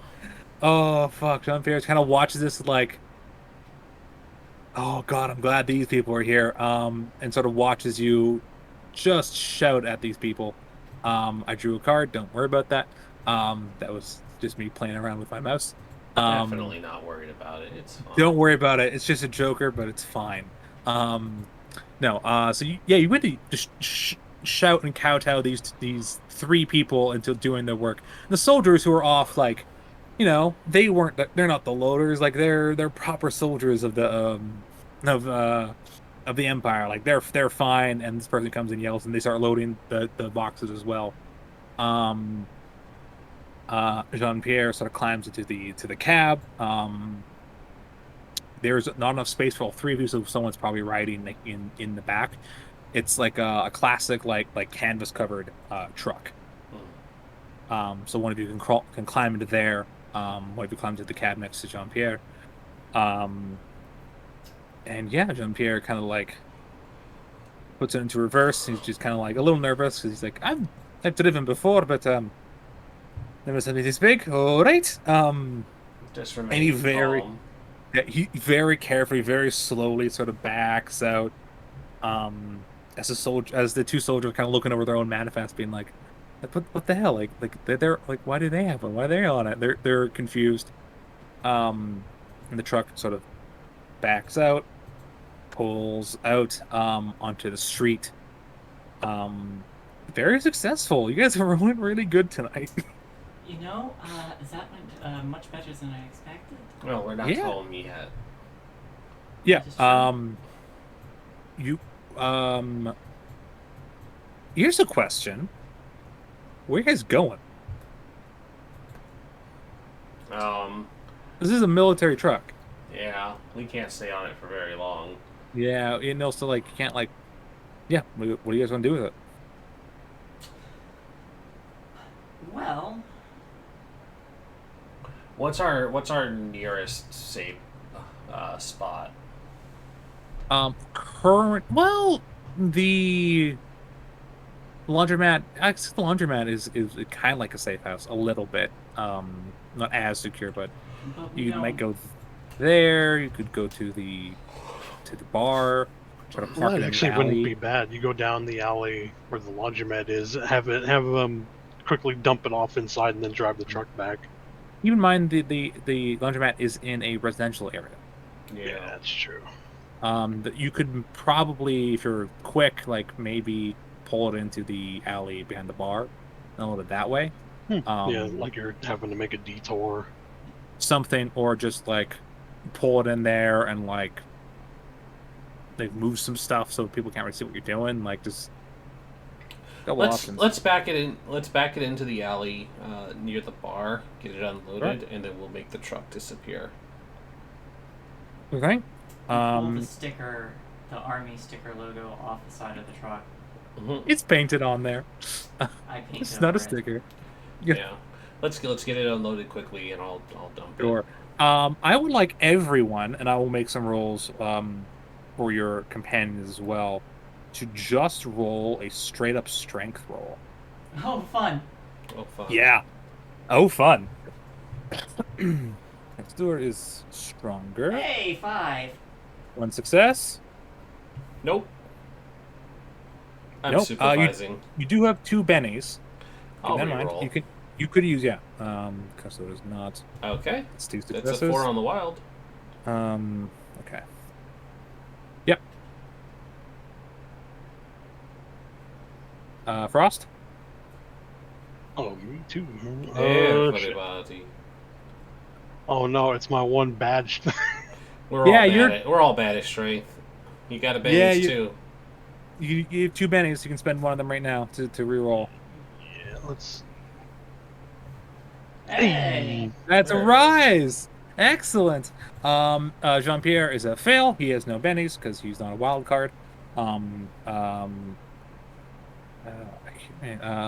Karzug, stronger. Her strength is D10. Rolled a 4. So that's a success. So with only 1 failure, and 5 successes, you're able to. Actually, no, just 4 successes. That's not a raise. With that, you're able to. Someone kind of stops and sees there's a truck back there. It's like, oh, that's strange. I'm not gonna fuck with that. That's a military truck. I don't know what they're doing. But you're able to sort of unload it before people get too curious and too like what's going on. You're able to bring it into the back quickly enough, so you're not taking it downstairs right now to the sort of the hideout is. You're just getting it inside, out of sight. It is unloaded. What is the plan now with the truck? I was gonna drive it somewhere and dump it. Sure. You want to drive it outside the city, and do you want to jump it somewhere in the city? What is a dangerous and less patrolled area of the city? Yeah, there's an area like that. There's a sort of a bit of a poorer district, sort of made so more by the occupation that could probably rip apart a truck pretty quickly if they needed to or wanted to, or just steal it. Yeah, I'm Sure. Can I get I probably don't know it, or maybe I do as a police officer. No, yeah, you absolutely would. Yeah. Yeah, I wanna leave it near a chop shop. Chop shops aren't really a thing yet. Well, a shop where they can strip it for the parts. Yeah, you drive it somewhere that is sort of where I know somebody is going to notice a military vehicle with the keys left in the ignition and the engine running, and absolutely abscond yes. with it so that it's never seen again. Yeah, you kind of drive it out. I assume you change out of the uniform. Yes. Or do you? Yes, out of the uniform. Sort of wear something that's a little less noticeable. Sort of cover your face a little bit. Cover your sort of a hat and maybe a scarf, something like that. Drive it there. You park it. You do a thing where you keep the windows. You roll down the windows. You toss the key into them, and you sort of very quickly try to get out of there. Roll a stealth. So I'm not making this free. I'm so good at those. I'll lend you my energy. Hey. It's a still. That's still a success. Yeah, that you leave the truck, and you sort of get away quickly, and start to head back to the hideout. Congratulations. When I first sort of planned the armory, I thought it'd be more of a raid, but I kind of like the subtler approach you guys are taking so far. It's fun. Yes. So, you all gather back. There are 4 boxes of stuff. As you all gather back, do you wait for Selethil to return before opening them? Yes. Yeah. All right. Karzog kind of like has a crowbar and wants to open the boxes, but she's like, I'm gonna wait. We're all decided to wait. Yeah, Selethil, you eventually return. As you crack open the first box, inside are 10 submachine guns. They're essentially MP40s. And there is ammo. I'll tell you the exact amount after. So you have 10 MP40s. Opening the next one, it is a smaller box. Inside of it, there are 5 officer pistols. I believe they're called the Lugers. I'll check exactly the guns inside. Opening the third box. Inside is there's no weapons, but is a series of helmets and coats, sort of replacement gear for the front lines. And the last one, the longest box, you open it up, and inside, ladies and gentlemen, there are 4 Panzerfausts. Panzerfists. Tank fists. They are single-use anti-tank rockets. Yep. Yeah, ladies and gentlemen, you got some fucking rockets. Well, now we know how we are stopping that convoy. Yeah, we're stopping that fucking convoy. I was thinking like, what should I give them? And I'm like, like some MP40. Those are classic, like German, like World War II weapons. And I'm like, something a little gives them with punch. Panzerfausts are great because they're a single use, so you can't reload them. So you get to have some fun with them, but you're not getting permanent rocket launchers quite yet. So yeah, you have these things. We are going to take a quick break. We're playing for about an hour and a half. Be back in 10-15 minutes. So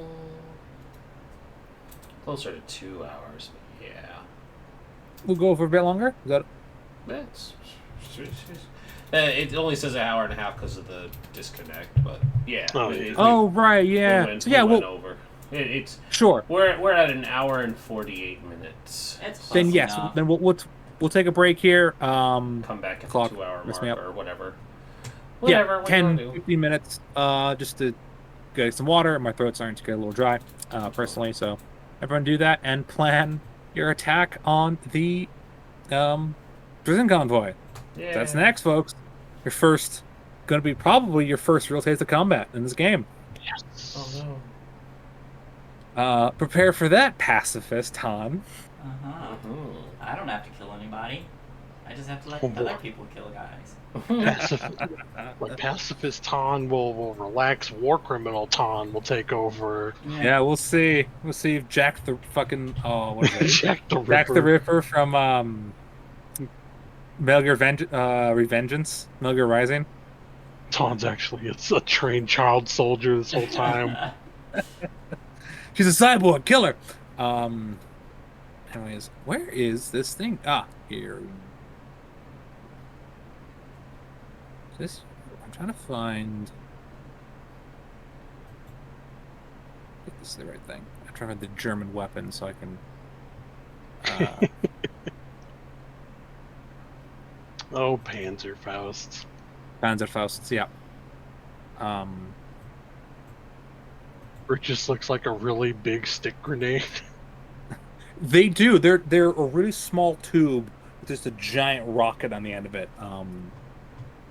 Yeah, they're quick to make. And yeah, 17 armor piercing, so that's fun. Gee. Yeah, they're considered a heavy weapon. Sorry, it was the Walther. The Walther PPK, not the Luger. Yeah, I mean, I'll still take those. I mean, Yeah, there's 5 of those, so you can each get one. Anyways, I'm gonna go get some water. What the-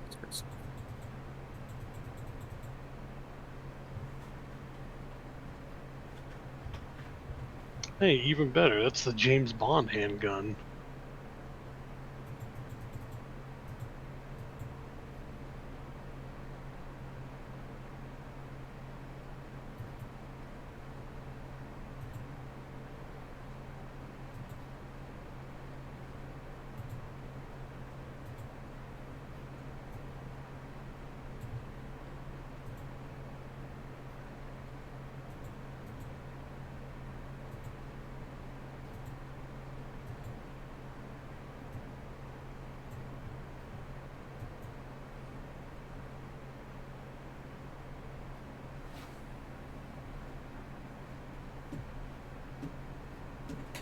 That your thing is frozen.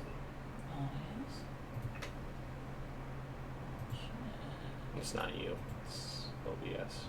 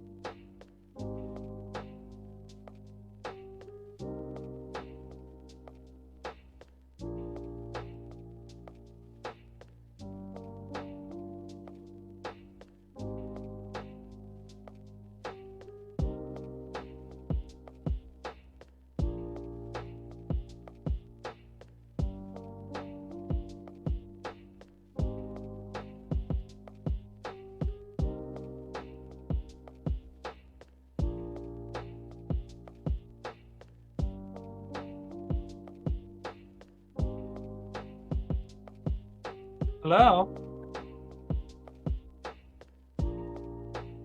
I have returned.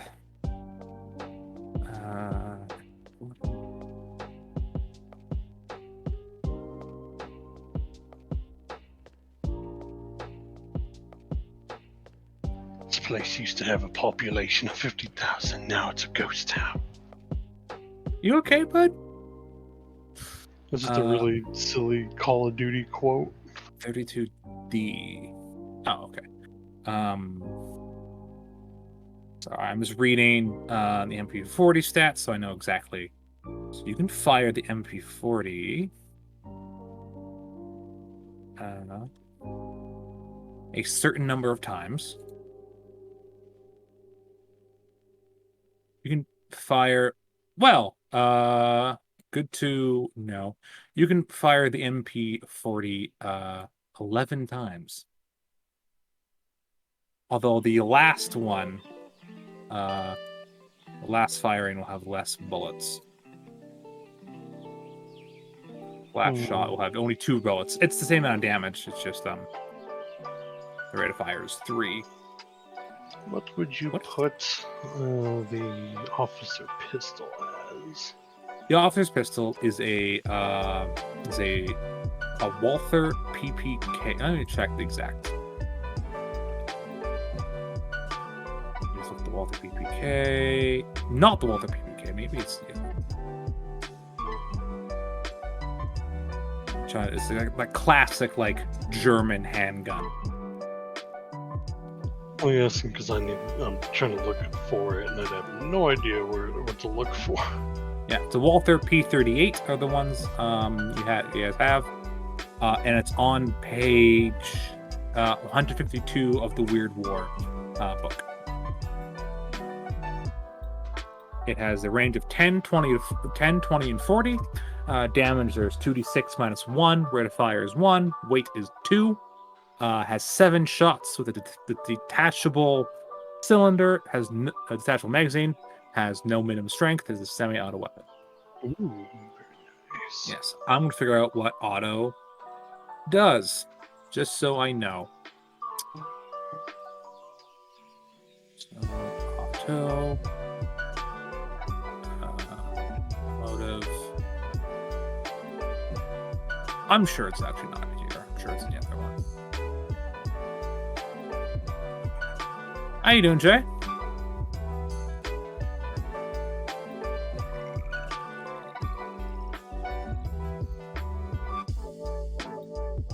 Atlantean abilities.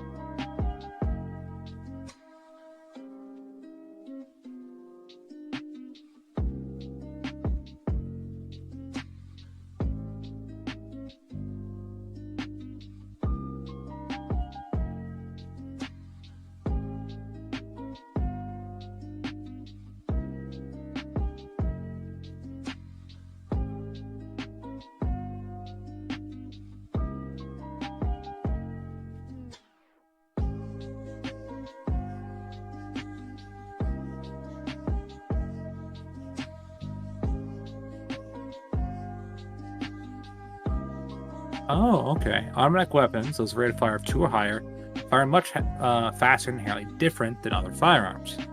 Attack with a full auto weapon, roll a number of shooting dice equal to the number equal to the number of rates of fire. Compare each dice separately to target hit. Okay.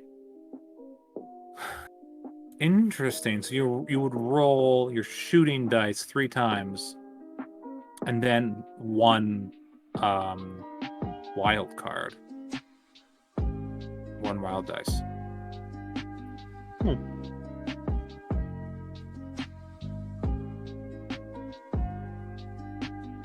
These are the best 3 results. So if only one's over 4, you hit once. If 2 hit, 2 damage. However, automatic weapons take a -2 recoil penalty. Oh jeez. Yeah, you get 3 bullets. So you have 4 chances to hit. But each is a -2, which your shoot is like a D12, right?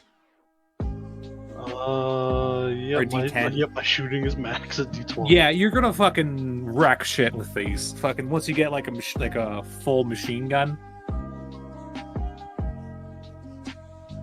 Yeah, once you get like a goddamn like, I do not remember what they're called. The really famous one is called Hitler. It was known as Hitler's buzzsaw. What was there? Yeah.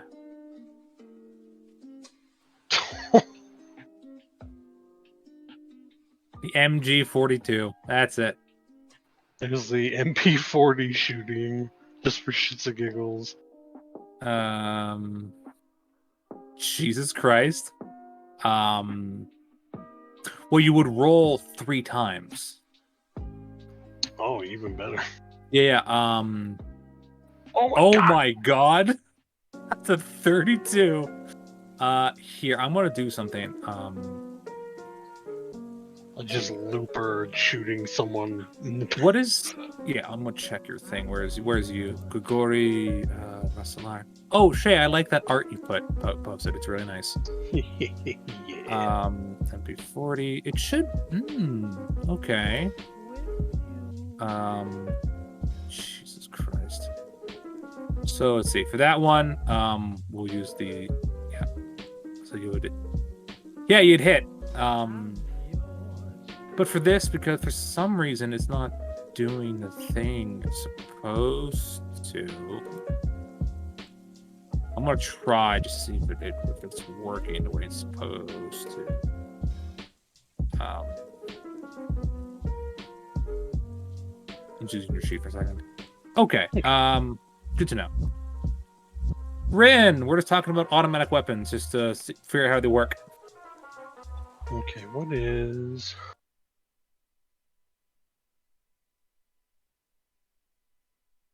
You hear me, Rin? Excellent. So for automatic weapons, since you have a bunch, the MP40 is a fire rate of 3. So you will roll your shooting dice. We'll do it manually because it doesn't roll it properly for some reason.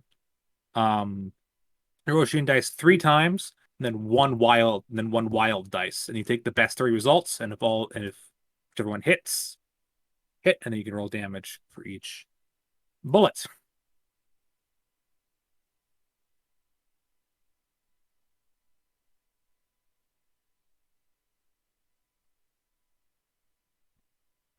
Still muted. Oh, okay.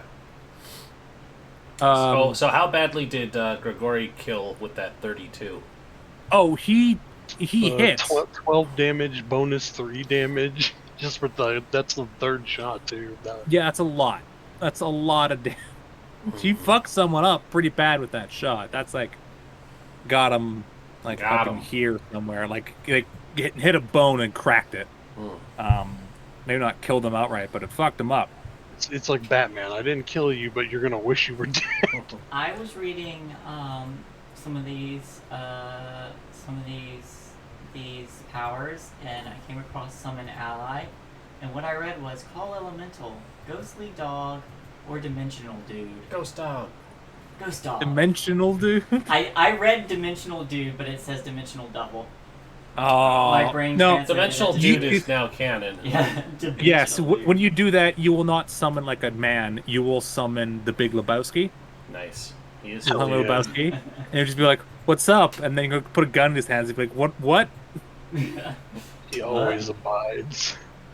It always abides. What? Panzerfaust AP armor piercing of 17 is disgusting. I love It's a it. fucking rocket. Oh, I know. I just love it's like, yeah, my sniper rifle's an AP of 2. It's pretty good. And it's just like, so the thing, 17. It's like, what does most people have? Not that. Not that. Not anywhere close. What Are we live is again? We are. Welcome back. HW? Oh, excellent. I had to my roll 20 isn't cooperating with me, so I'm mad at it. Ow, cheese and Let's see. crackers. It won't let me open. There we go. It wasn't let me open this earlier. We're good now. Okay, so welcome back. The team has a bunch of weapons now. I am a fool for giving it's to them, but they earned it. We did earn it. You did earn it. We are worth it. Are you? You are. Yes. Any hoozlebees. Back to the action. Who was taking what? You have 10 submachine guns. You have 5 pistols. They are the Walther P. something. I forget the The exact. Walther PPK or the Walther- P38? The Walther P38, sort of like more classic like gun. Yeah, it's the same damage. So I'll take the Just hit- howitzer. there's no howitzer. There are 4 rockets, however. They're pretty simple. They're long tubes, a rocket in the end of it, and they have like a little cage on top that you flip up, then you press down the trigger and it goes forward. Pretty simple. You would know how to use one. Same with Phil. That sort of your expertise was sort of getting behind enemy lines before, and you know how to use the weapons. So yeah, you have 10 submachine guns, 5 pistols, 4 rockets, which I assume will be sort of kept for later. It won't be part of people's sort of permanent loadout. However, I'm not in charge of you. I just make the world. There's also it'd be very good to not hold on to it, because when they see random people with military grade you were gonna have to sneak explosives. them out of the city, but like once shit gets start to go off a little bit more and it's less sneaking around, a little more like urban combat or combat elsewhere, maybe you guys will just carry Panzerfaust around with you. I don't know. It's like the I thing can't we're tell just the gonna. future. It's like the thing we're gonna tuck away, and you know. I'd assume. But and there's also some extra equipment, some helmets, which do a thing like they can protect you, so if you want to wear the helmets. There's some coats, some boots, so just like general resupply of equipment, just like basic infantry equipment. Definitely putting on a helmet. Yeah, once we Take a once we helmet. get into the shit, the helmets are coming Absolutely. Oh, yeah. They're the classic German helmet, so they're the black with like the round and the flat down sort of protects the ears. on. Little mind flayer skulls on them, so we know we're the baddies. Yeah, there are definitely some skulls on them, and you're definitely the people wearing them, the baddies. You have them. They have like these big winter coats, big wool winter coats, and some extra boots, some more of those fantastic boots. So yeah, you guys can take the weapons as you see fit. Your friends Karzog and Jean-Pierre will both take a pistol unless someone stops them. So they're sort of loaded up with that weapon, and they'll also take a MP40 unless again anyone stops them. Yeah. It's sort of added to their repertoire. They're not currently great at shooting. They're not soldiers, so they'll need some practice, but you know, they can point and shoot. Yeah, you have some weapons. You have an ambush spot set up that you think is going to be pretty good. What do you guys want to do? Can we can I montage train them to shoot a little better? Sure. Not really montage, but like actual training. Yeah, for sure. I'm just thinking. You point this end away from you. And Yeah, I just want to. I just want to improve their chances because, like, Absolutely. I have. Absolutely. I need to check what all it entails, but I do have the rank officer, so I might be able to train them. For sure. I will have you roll. Roll me 2 shooting checks and 2 persuasion checks. That I Bang. can do. I mean, oh, why am I all the way up there? That was weird. Yeah. Okay. See, it's a success for your first shooting and a Hey. raise. That's good. Yeah, Then persuasion, which I think you're better at. much better at. Yeah. Yep, success. Yeah. Oh, fuck. hey, there you go. So yeah, you take them out of the city, kind of far away, kind of off the road for a bit, and you've been to teach them sort of how to shoot a little bit. This is pretty it's pretty. It's not boot camp. They don't have a lot of time to sort of figure this shit out. This crash is course. pretty good. I will say though, they do take, since they weren't trained before this, they now will just roll a d4 without the -2. Continue to train them and get them better. That works. That works for me because it's anything's better than nothing. Yeah, you can train them up to a d6, which is sort of the average roll for a non-wild card, sort of the highest non-wild card character you can have. Mm-hmm. So yeah, you bring them out occasionally to help you shoot. I'm sure you bring Grigori along, who's your marksman. And he kind of shows off a little bit. He takes out his old rifle, and they're like, "I got this bottle from 10 paces away," and then he just shoots one from like 50 yards. So you're just like, "Oh, that's how you shoot." I'm like, "Oh, okay." you know the best thing is he can totally hot dog because his sniper rifle has snap fire, so he can literally fire it from the hip. He's like, watch this 360 no scope. He just literally 360 no scopes a sniper. Oh god. Oh fuck.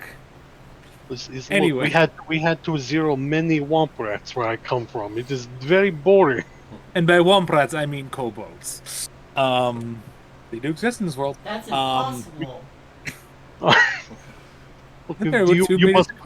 You must believe in special force that people have. What type of psychopath kills? What type of psychopath kills innocent animals for fun? We have 2 sons and no women. We're gonna go crazy. We'll do something.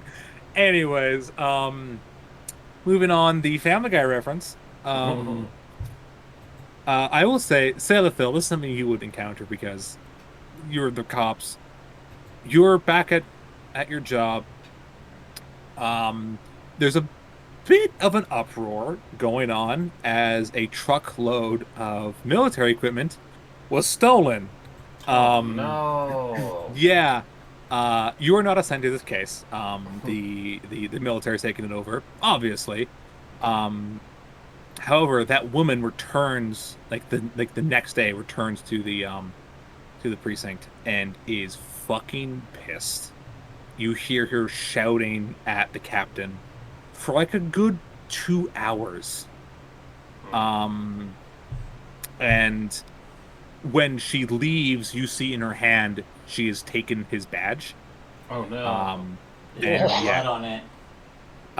There is no blood on it. However, he's no longer your captain. Did I like him? Was he a good captain? He was okay. Kind of in your in your boat, he was a kind of a former military guy who needed a job, and sort of did it just because, but wasn't really he didn't really. He was a good talker and sort of got in this more powerful position to make himself a little more comfortable. And he was there.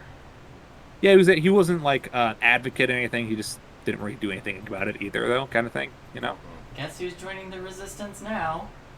Yeah, if you talk to him, you might be able to do it. It's up to you. Yeah. Well, that'll be when the resistance comes out in full force, and he's gonna be like, "Alright, I'm for this." That's when he does. He's gonna start raising flags over buildings. Yeah, I'll wait for him to be cleaning out his office, and I'll go talk to him. Sure. It's not a bad idea. It is pretty soon afterwards, the guy is just fired. Mm-hmm. So you kind of walk into his office, and he's had to start cleaning out. He's just sort of his feet are up on the desk, and he's drinking like out of a bottle. Comes over and says, "Officer Sellathil, it is. Mm, Unfortunate it what happened to you, Captain. it's fuck that bitch, right?" Indeed. And the door closes behind her. And fuck the over Dark Empire, am I right? Roll a persuasion check right off the fucking bat. Yeah, I'm coming in hard while he's drinking. It's a good shit. It's a good. Good. 7. 7. Okay, that is definitely does have a excuse me. That is definitely a success. And kind of looks at you, and is like, "Yeah, fuck him, right." That was not the right accent. That was a little too Scottish for French. All of a sudden, a symbiote appears behind his ear. It appears the That was source is no longer useful. That accent was supposed to be Irish, and I do not want to hear anything about it. Oh, It was a little. God, It was a little Izzy. It's fine. little Izzy. She's supposed to be Irish. I did really. It doesn't matter. Moving on. Yeah, he agrees. Takes a swig and says, "But we lost the war. I'm not sure what to do now." There are other ways to fight.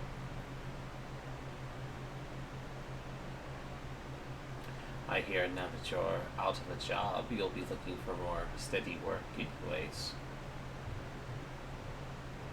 He's gonna roll a check on you. Mm-hmm. My sweet boy. Mhm. That's a 3. Yeah. So he doesn't really. You're trying to be a little subtle. He's drinking, you know. He's a little emotionally charged right now. What the hell are you talking about? If you are interested in continuing this fight, I know you come from a military background, such as myself, and are not happy with the Overdark's occupation, or their treatment of you, for that matter. I feel, and she writes down the address for the laundromat. I feel like change of occupation is in order. You look like you are a good ironer. He kind of grabs the paper and looks at it and recognizes the address because he signed you to the case. Mm-hmm. Kind of stares at you for a second, trying to figure out. It's just like, what a weird, ominous speech to send me to work at a laundromat. The laundromat where someone was murdered recently. Yeah. Again, he failed his check and he's drunk. So He's like, yeah, this checks out. This checks out. It's fine. he's just like, all right, kind of strange. I guess he thinks it's a little weird, but kind of puts it away. So we'll see what happens with the captain. Let's see what anything else you want to say. Obviously. Not really. It was just the implication that, you know, if he wanted to find work, and I didn't necessarily say he's joining a resistance movement, but I did say he was joining a resistance movement. He seems smart enough to pick up on it. Once he sobers up a bit and sort of calms down, we'll see what happens with the captain. She would kind of cap it off with discretion is key, because he probably would get killed for just having that information on him. So yeah, it may not be in his best interest to sell us out. Sure, he puts it away. He's going to spend the rest of the time here just fucking drinking, getting drunk, getting day drunk. He's earned it. So yeah, that's what you encounter. Actually, Grigori, your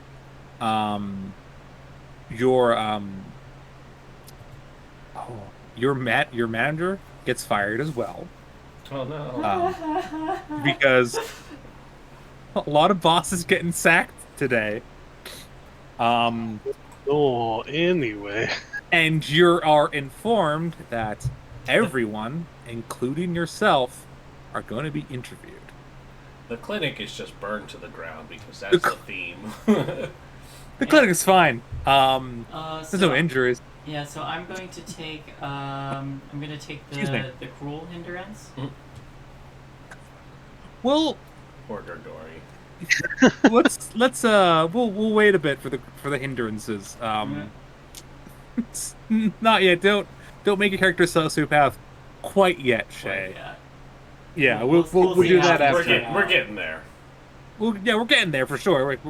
We'll arrive at that space, but take your time. It's the descent into madness is the fun part. Yeah. So yeah, everyone's going to be interviewed. Yours is a little bit later because technically, on paper, you took a shift. You weren't on the schedule, so you're not a priority. The other people who were supposed to work in that day are a priority, so they'll get to you eventually. However, you only have a couple days until the convoy rolls out. Mm-hmm. I assume you all take a day or and go out to the spot that your sniper has chosen. Yeah, he's gonna show them the angle, and he's probably to anyone he's gonna look like just some dragonborn with a bag of stuff because he looks like a poor worker, but it's where he's he's going to set it up You have a bindle. He's gonna stash his stuff away so that he doesn't have to spend 10 minutes setting up Sure. thing when the day comes. Sure, you bring your team out there, I assume, one day.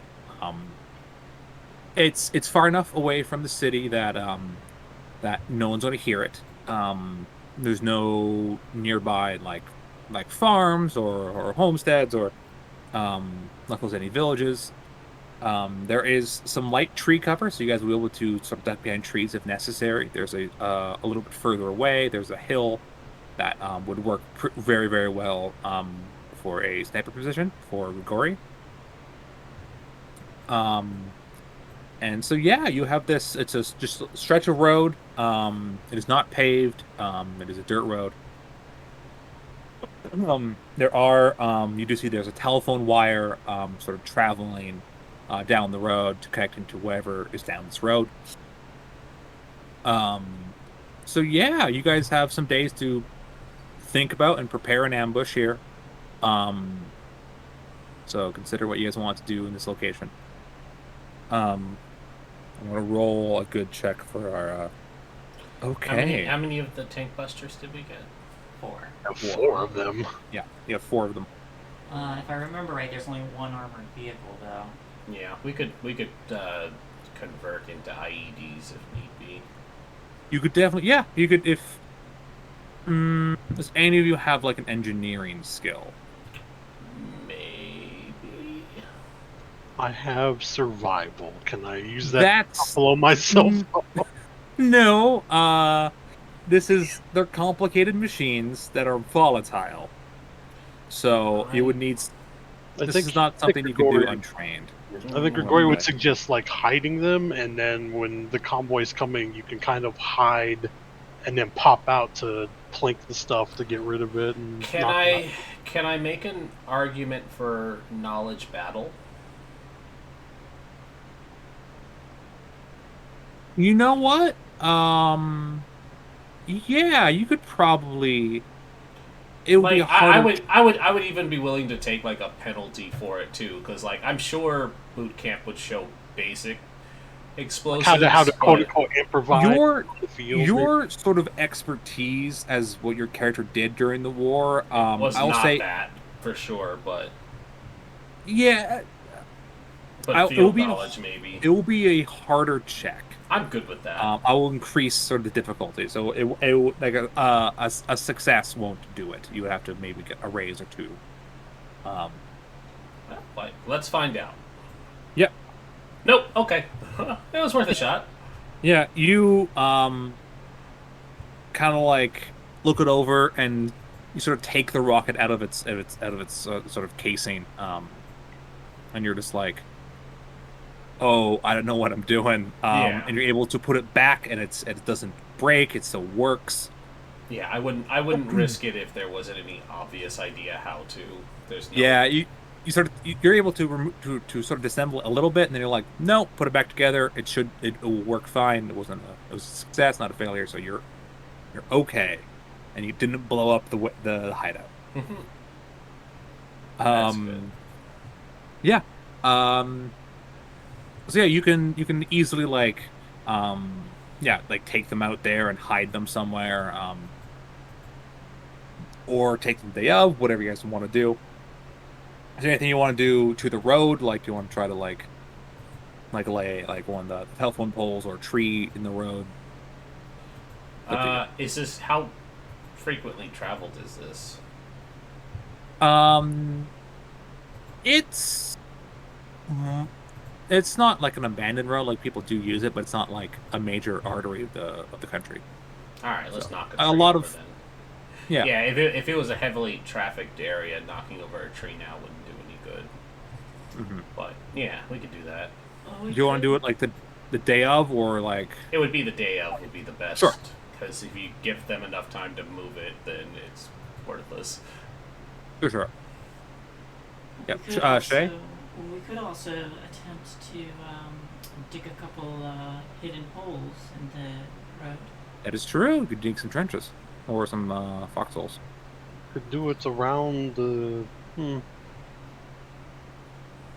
could definitely set that up and probably make tree easy to move so that they stop to get out and just like, we'll move tree real quickly and then perfect shot where they cannot avoid it.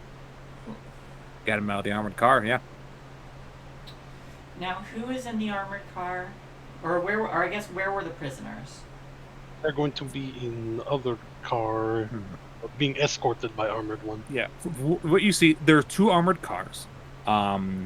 One will be carrying the prisoners. One will be carrying soldiers. You notice that one of the sort of the information that one of you got. You notice that one of the lead car will have a machine gun. And so that one probably isn't the prisoner transport. That is probably where the soldiers are. It'll be in that one. There'll be someone on the gun, and then a couple soldiers. One who's driving it, a couple soldiers in the back. And then you would not want to give the prisoners an opportunity to get a machine gun. You don't want the prisoners to get an opportunity to get a fucking MG. These aren't like prisoners. These are prisoners of war. So these are soldiers. They know how to fight and they know how to use guns. So you want to make extra sure they're not getting a fucking MG. So we will focus on the armed one because that will be so full of soldiers and most likely the bad guy full. Some might make it. You hit with at least 1, 2 of these babies, they are not walking out of there. Is there any way we can preserve the machine gun? Aim for the treads, tires, anything low, because any damage up top would of course damage the gun. We'll see. But yeah, you cripple car after they get out, and then machine gunner, easy open spot for me to pick off if anybody's on it. That's true. These would be ones that have like sort of an armored shield in the front, but from the sides and the backs, you could definitely fucking dome a guy. All right. Well, we're certain it won't cause you too much danger. Why don't we make sure you're positioned somewhere we can disable the machine gun? No, and he'll point up to like the hill he had been going. It'll give me a good view. I can catch them on side, or if the tree is put, and they'll kind of like point out a little bit over there. I will have perfect view of the back of this guy's head of whoever's on gun. Yeah. No, it's a good spot. You picked a good spot. He knows what he's doing. Very good.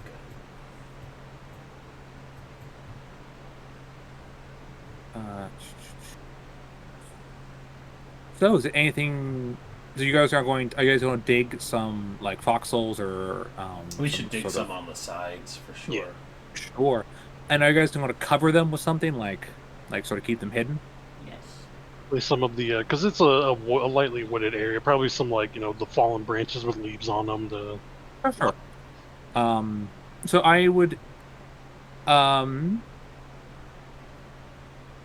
you don't really have a lot of skills sort of related to this sort of like battlefield strategy. It's not really your forte. Nope, I am healing in magic. Excellent. So this would apply to both Dagori and Selathil. Dagori, roll a survival. Selathil, roll a battle knowledge battle. Okay. Because this is something you would learn, like how to dig a proper foxhole. And is that a good or okay? His is good, and I at least got a 4. You succeeded, yes. So you all get some shovels, and you start digging, and you try to like remember your like boot camp and like if you this is how sort of you set up like build these foxholes. Grigori, you didn't have a lot of like traditional military training, but you know how to dig a hole, you know how to hide it. Like you were a hunter, like you know how to keep yourself hidden. So you're able to dig these the trenches. They're not really like proper foxholes, but they're these low holes that you sort of weave like a cover for out of like sticks and plant fibers and cover them. And you're able to sort of push up, stand up fully, fire, and get down and like and crouch easily. So perfect position for ambushing. Really good. You guys are doing pretty good. I'm so excited. Gonna kill some fascists. You're gonna kill some soldiers. Just hit the right car. Nothing bad will happen. Yeah, don't shoot the Don't shoot the wrong prison car. car. Whole Piss off some people. The whole thing will go teats up, as they say. Absolutely. I'm just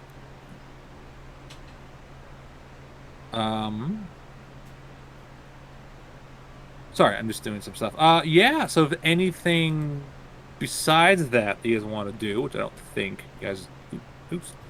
I don't think there's anything you guys have sort of on your mind. We can skip ahead to the proper excuse me. We can skip ahead to the ambush you guys want, if nothing else. Yeah. So I'm gonna wait until we know they're coming, and then I'm going to be casting deflection on everyone. Sure. Can you post that spell in the chat so I can read it? I sure can. Make sure you can cast it on more than one person. I think it is on one person, but I'll do each person. Reduction powers works in 8 ways. As long as you have the power points, I don't see anything. Let's see, right? Let's see. Okay, so everyone must subtract a 2 from fighting or shooting. So they'll be protected from any shots fired at them, but they can shoot back easier. Sure. Let's see. There's 1, 2, yourself, 3, 4. This camera stream is me. What? Roll. You're doing this multiple times. Because Felis didn't turn his camera back on. Oh, No, my camera's on. Why is it messed up on? I don't know. Question. I do not know, but my camera's on. Hello. Hello. My name is Felis. There it is. Hello. Excellent. Okay, that was weird. Rolling so good they're doubling up on. No. I need you to roll that spell 4 more times. Okay. So before you do that, before you do anything, sorry. What's the first cast on? Who do you cast it on first? I'll do it myself. Yourself? Okay. Then who's the second person you're casting it on? This will be our sharpshooter. York? Actually, I'd say cast it on me last. Okay, I'm casting you. Because I do have cover and stuff compared to Okay. you That guys. is true. That's true. Okay. Well, it doesn't really that doesn't matter. It's more just like because when you roll, if you get a raise, it increases. Yeah, that's so. true. All right, so And you might fail the casting, so I just need to know who's casting, so I know what to apply to everyone. okay, so it'll be me, then it'll be You say Lethel, then our 2 mooks, and then me last. yeah. Sure. 1, 2, 3, 4, and I'll cap. Wait, I have a Benny. 1, 2, 3, Yeah. 4, 5. Yeah, you can do Benny to reroll that one. Oh yeah. Yeah. Okay. Awesome. All right, so that's Any of them everybody. rate, and none of them are raises. Okay, so everyone, you take a minus. Essentially, get a +2 to your parry. And so that's good. Yeah, I'm down 10 power points, but this seems important, so. Just so we know, what weapons is everyone carrying? Before we start. I've stashed some with, like I've taken one of the Panzerfaust with me just in case the Sure. front ambush doesn't work. But because we have enough, I would have the MP40 and the Walther P38 aside, like just set to the side if somebody tries to find me or if I have to get into cover. And I have my Model 1930G with me. What was our inventory again? I see it wasn't written now. Oh, I got it. 10 MP40s, 5 of the Walther PP or P30. I'll post it in chat here. 4 10 Panzer. submachine guns, 5 pistols, helmets and armor, Coats and uniform boots. stuff, Yeah. helmets and boots, and 4 anti-tank rockets. Panzerfaust, Tank Fist. I'm gonna take a PP. Sure. PPK and MP40. There's a lot of those. So We could stash some. We could stash some around too. And so you have enough ammunition where you guys can carry. I'll say, you have a clip in the gun and then 3 extra. You can easily enough. This game doesn't really do like ammo. It's just like you have enough ammo, and then when it gets interesting, you might do some stuff. I'll come up with a mechanic for that. We'll do the Patriot ambush, and we'll just have guns stashed in various slots. That was a fucking cool ass scene. It was a cool scene. Yeah. So you have the PPK. You have an MP40. Yeah, I'm gonna take one of each. Sure. You have Panzerfaust as you as well. Salathil, what are you carrying? I assume you're there as well. She requires. Tan, sorry, violence. Tan. My bad. I am Not all bringing in elves my healing and protective magic. Okay, you're not carrying a weapon with you? Not even a sidearm? No. carrying a white flag as a French elf.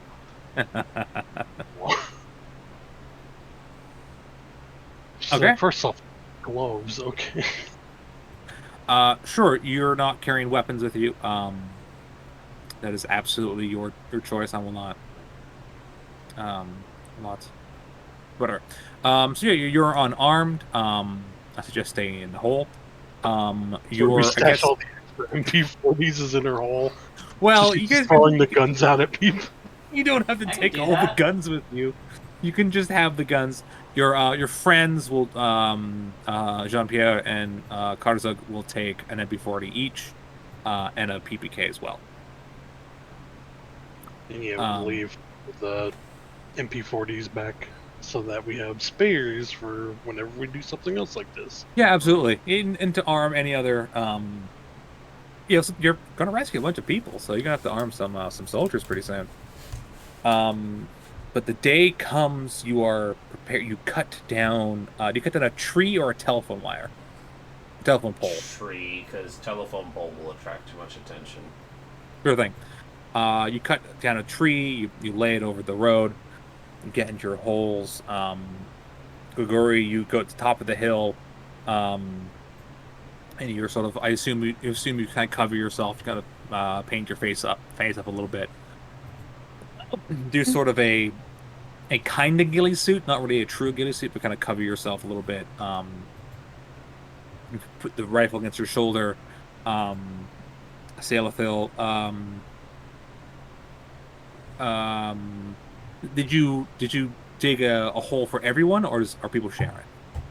Probably a trench on each side of the road. Sure thing. So are you with Tan, or are you with one of your mooks? I'll keep Ton safe. She doesn't. Okay. She doesn't do violence. Sure thing. Your friends, your other two, are on the other side. Nervous, but ready to go. They're wearing helmets. Nervous but Um, capable. They can handle this. They'll be fine. They'll be fine. They're just untested soldiers. It's great. Gotta learn Giving something. them rocket launcher. Gotta learn somehow. Uh, um, okay. So the helmets, they're steel helmets. They have a 50% chance to protect against a headshot.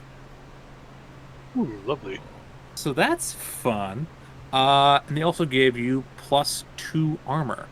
So that's fun.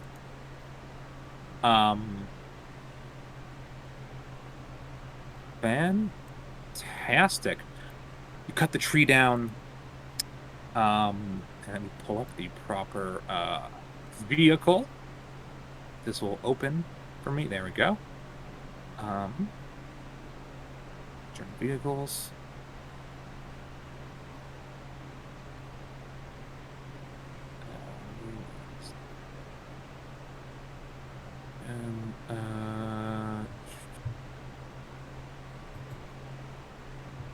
Here it is. The Kulbelwagen. Actually, no, that's not the right thing. Is Anyways, it type? yeah. I just want to make sure I have the right thing. Yes, here it is. Excellent. Awesome. Okay. These things, you wait, and eventually, Grigori, actually, everyone roll me notice, and I'll roll for your friends. Notice. It's one success. Okay, it's a failure. Yeah, it's failure. Success, for failure, and a raise. Excellent. Grigori, you notice it first. With your scope, you're able to see these large armored vehicles.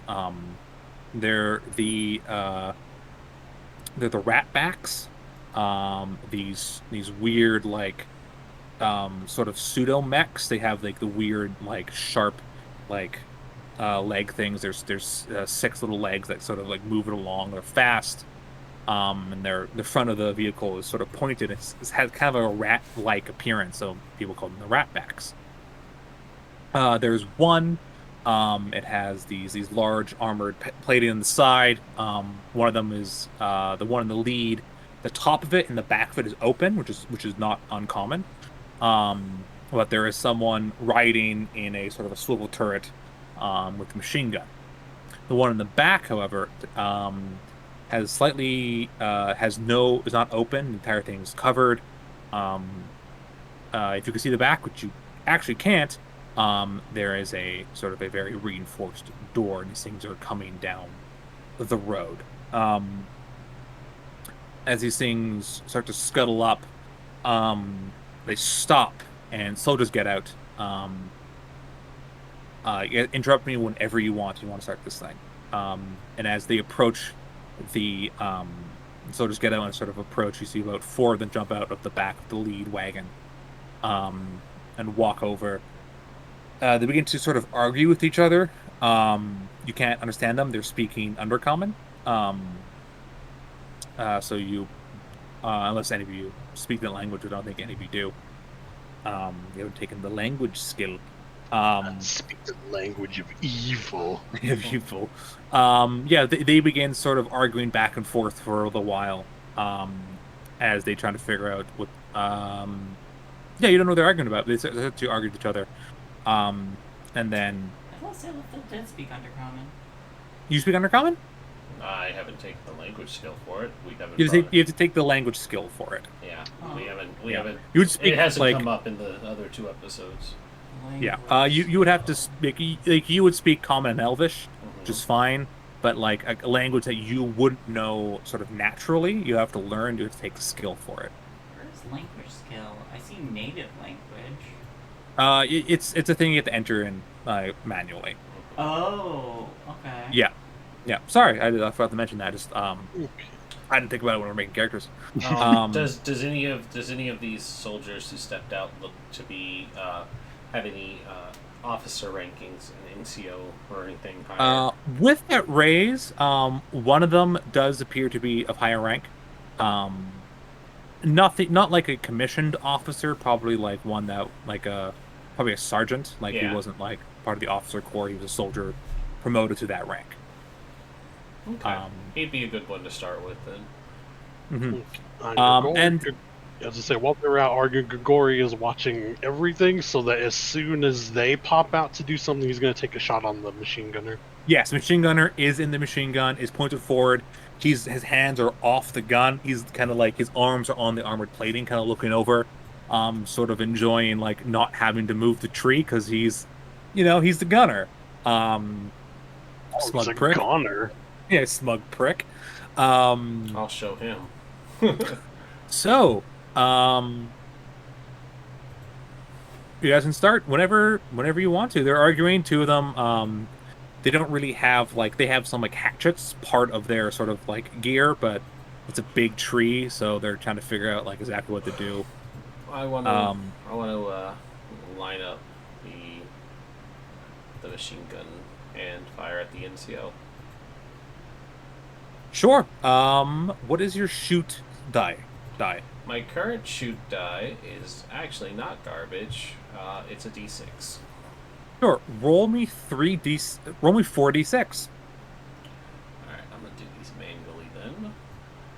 Yeah, because you get 3 shots. Okay. Let's see. Only one of those hits. I have a 4 and a 5. I know, but their parry's higher than a 4. Ah, okay. Yeah. And so roll damage, which for a MP40. Let me check the damage. I have it right here. Is your thing, then plus 2d6 minus 1. It's 2d6 minus 1. Thank you, Gordy. No agility on it? No, this game doesn't do that. Oh. For strength, it does. For melee weapon, it does, but not for. Weird. For the Enfield, it said to put the agi plus 2d6 minus 1. Okay. Well, let me check the exact thing. That's what I have on my revolver entry. That's why I was curious. Sure. Let me. Sure. Roll down 2d6 minus 1, and then I'll check. We'll adjust as needed. Minus 1 would be a 9. A 9? Well, that's. Oh, I lost my fucking page. There we go. Too many tabs. Okay. That soldier is officially shaken. So you fire off, and I need everyone to. If you see on the screen, there should be a deck of cards. Everyone pull a single card. Throw a rock at him. But I do when I fire it, I yell, Hydra! How many cards? Just one. Well, does Gregory get his sniper shot? Yeah, my sniper shot. Yes, it's sort of a prepared thing, and then your people will shoot as well. But I want to get this sort of Okay. Oh, that checks out. But we'll get to that in a moment. There we go. Okay. Let me just.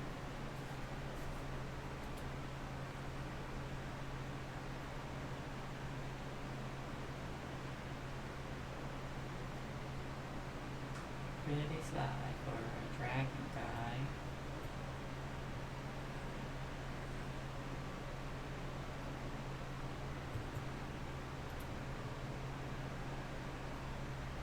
Okay, what did since I'll just do the order of cameras. I see it right now. Rin, what did Sailorthil pull? 3 of spades. 3 of spades. Okay. Oh, good to know.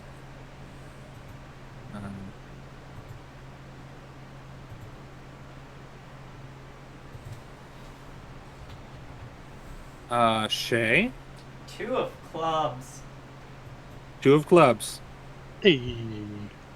Grigori. Guess who's going last? 4 of clubs. 4 of Hey. clubs. 2, 2, 3, 4, baby. Okay. But I think the suit helps, so I might be a little higher. The suit only matters if you got the same number as someone. Wow. Yes. Well, So shit. Hooray for laughs. yes. So let me just. I do not enjoy initiative because I'm very slow at getting things going.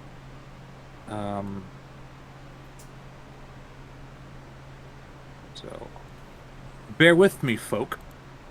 Just make sure you give the high ones to our allies. I didn't. I just no. It's not no. Well, I can't just do that. That's called cheating. But you're the person running the game. I know, So, and that's called. Can you cheat yourself? Yeah, I can. I want you guys to win because I like you. Morality issue. It doesn't. It does look like the agility is not on the rear Not on World guns. War. Yeah, not on there. But I think I was mixing it up with the Savage World one, Oh, so yeah. I'll adjust. It's fine. At least it's easy fine. with rolls, because all you do is don't add agility. No, because it's like it's just a gun. Like you're not hitting it harder because it's strong. I think this is their But what if you wanted curve the bullet? Yeah. I slice it through the air.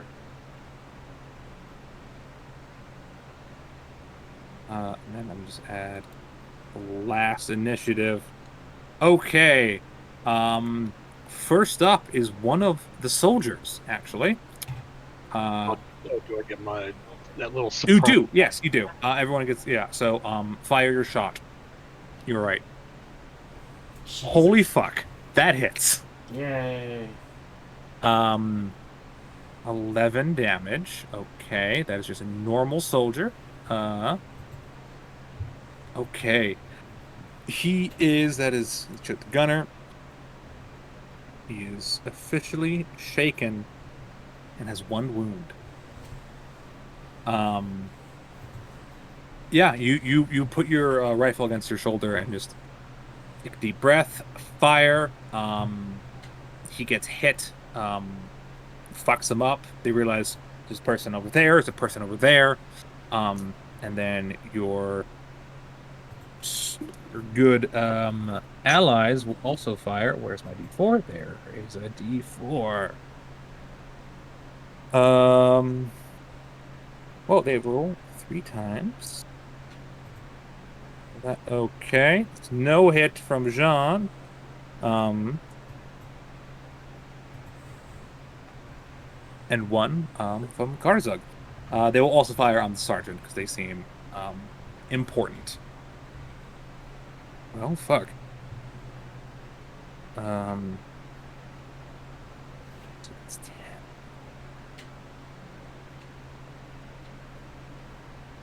They do 12 damage. And the sergeant is officially is shaken from the first attack. Has 2 wounds. Yay. So good for Karzug. She rolled pretty high damage. And then Han, I assume you didn't have anything you were going for. I shout words of encouragement. You're like, you can do it. So you pop up, you get back down, you have some cover. So they're gonna freak out. And one of them is going to fire at a -2 against. The first one's gonna go for the first shot, which was Salafil. That's fair. I did start this. Well, they go to fire. He pulls out a Kar 98, like sort of a bolt action rifle, and pulls the trigger, and nothing happens. The gun jam. They roll the fumble. I'll take it. -2, baby. So so no shot comes off. They have to spend their next turn fixing their gun. Next soldier is going to shoots at a pretty. It's going to shoot definitely at a -2, trying to get Grigori because this is a shot and you're up in a hill and you're pretty defended. I'll do a little more. I'll do a minus. Fuck it, I'll do a -4 because you're far away and you're behind a hill. That's a 0. So, They're in the trees. doesn't work for them. First up of your own team this round is Kaz. Is a Karzug. That's one of them is Kaz. Get him, girl. D4 fires again at the sergeant. That's 1 hit. So only 1 hits.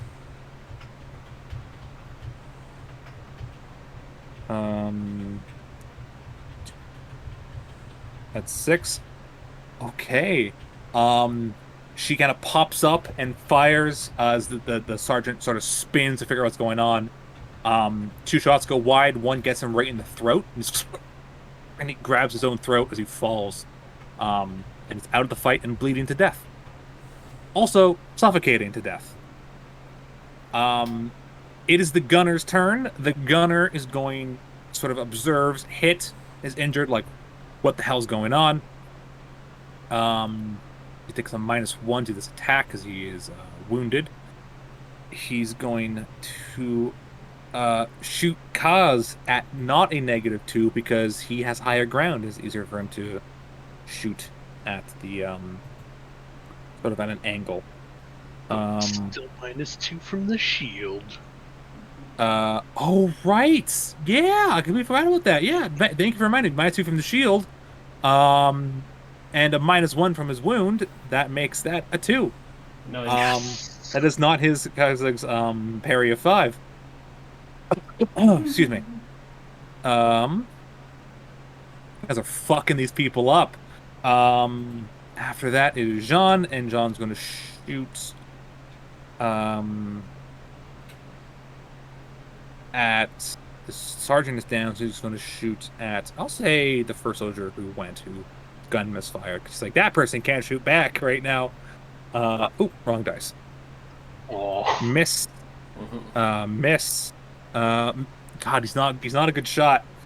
To be fair, a week ago he was cleaning clothes professionally. Yeah. Grigori, you're up. It's alright, he'll hit a stride. Mm-hmm. It's his first outing. all right. He's just a little terrified having to murder people. Like 5 years from now, he's going to be like super slick and elegant with his guns. He's going to look back on this murder fondly. It's fine. Yeah, he's not going to get PTSD at all. Grigori, All right. Well, the little- officer's down, and the gunner is wounded. he's just gonna keep peppering the gunner.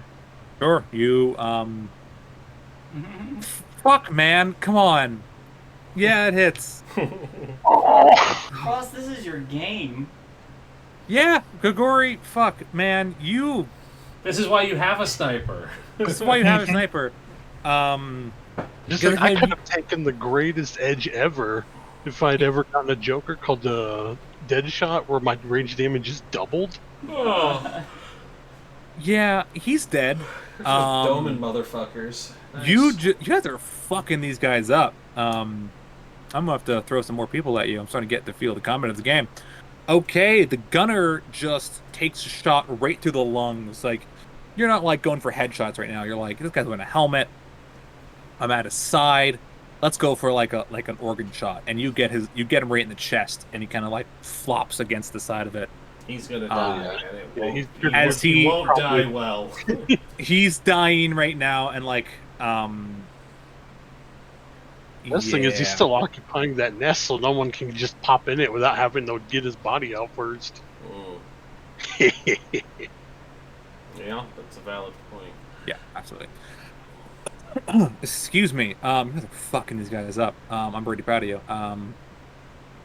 All this means is the combat's gonna get harder from now on. Oops, I accidentally put 2 of those. My bad. Sourfill. The sergeant is injured or down? He's dead. He's dead. He's gripping his throat on the ground. There's a pool of blood sort of gathering around him. So Grigori has Grigori didn't kill him. That was the other guy. That was Karzug. Yeah. Okay. We still need to disable the armored vehicle, even if the gunner is down. So I'm gonna do that. Shit! I'm gonna move from my cover with the explosives. Just want everybody to know, Panzerfaust does 4d8 damage. Yeah. Faust.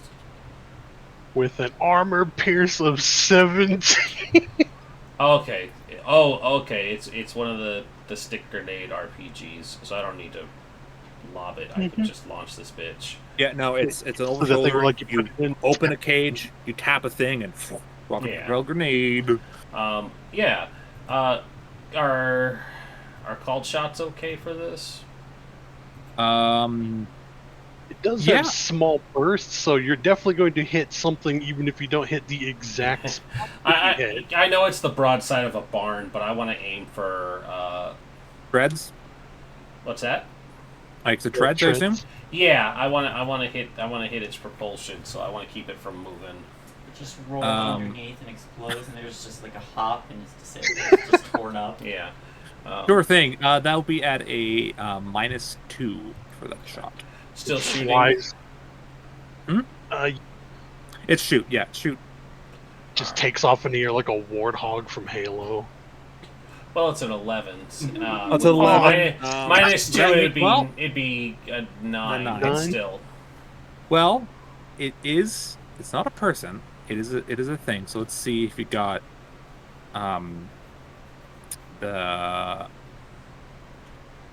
Kerthunk. let's see. Yeah. Yeah, you got it. How hard is it to hit when you subtract 17 from whatever its defenses Well, are? no, that's if you hit it, you ignore its armor. Which you fucking ignored, by the way. Roll 48. Oh, God. Got him. Got him. Kablooey. Oh. Oh, those high numbers. Ooh. God. Yes. Yeah, you fire. There's a real big explosion. You kind of fire. You get back down. As the wash of heat and light startles the hell out of the remaining soldiers, and throws the body of the gunner out of the entire thing rocks, throwing the body of the gunner out of it, and kind of falls back down with a thud. They're not treads; they're legs. You fuck up some of the legs, like it can't move now. You said it had like the 6 spider legs or whatever. Yeah, 3 on one side, 3 on the other. Yeah, you fuck up the one side of the legs. It can't move now. It's smoking. Yeah, you fucked that thing up. The body of the gunner, who wasn't dead yet, he was dying, He's dead suffocating. An explosion and thrown from a car, landing, breaks some bones, pierces some organs. He is now officially dead. Congratulations. Your first non-civilian kill. Listen, it's not her first, but it's her first for this campaign. Yeah. I'm more with the team. Yeah. I'm more with the team. Well, actually, in the flashbacks, you killed some guys. We did it. We didn't murder someone in their sleep. Huzzah. You didn't. You didn't stab an old like a middle-aged woman in her sleep. In hindsight, too, guys, we should have grabbed some highly flammable alcohol, because just dropping a Molotov into that open hatch would have ended this very quickly. Yeah. I mean, true. And holding the hatch closed. Oof, war crimes. just sitting on it while we're in. Ton. Huh. Well, none of our guys are injured, so... Not yet. Yeah, everyone's good so far. You're all doing great. I'll just maintain my magic armor on y'all. Okay. Okay. The soldier that fumbled earlier is going to attempt to repair, unjam his gun. That is a success. You're sort of like a sort of a ringing sound as he's able to eject the bullet. And he's going to fire again, but he's going to take a minus. He'll take a penalty since he already did something. But he's going to shoot at the rocket lady. Oh no, I deserve this. What's your parry? I don't think it hits. With a +2 now. Shay? Yeah. Essentially, yeah. And Mechanically, yes. 8. Yeah, that's not a hit. Yeah. He fires at you. It sort of like hits the dirt nearby, and you're like, oh shit! You get back down. Other soldier is also going to turn and shoot at the Panzer lady, the tank lady without a mine. No, that's a 3. I draw my knife and I slice the bullets as they're coming at me. Your knife gets knocked out of your hand because it's a bullet. Yeah, no, it's fine. I was just joking. Parry is amazing. It is Kaz's turn. Kaz is going to fire at, again, the first soldier. It's a miss. That's a miss. And that is also a miss. Pops up, fires, misses. Back down it goes. Dead. Jean is also going to fire. So fire the other soldier. A miss. A miss. And a miss. He's rolled 3 3s in a row. He's so close to hitting. He's gonna hit the golden point, and it's gonna be glorious. Grigori. All right, I'm going to look around the scopes, all the soldier guys that are any of the other ones hit. No, I realize I didn't add a third soldier guy. Okay, he's shaken. I accidentally took him out.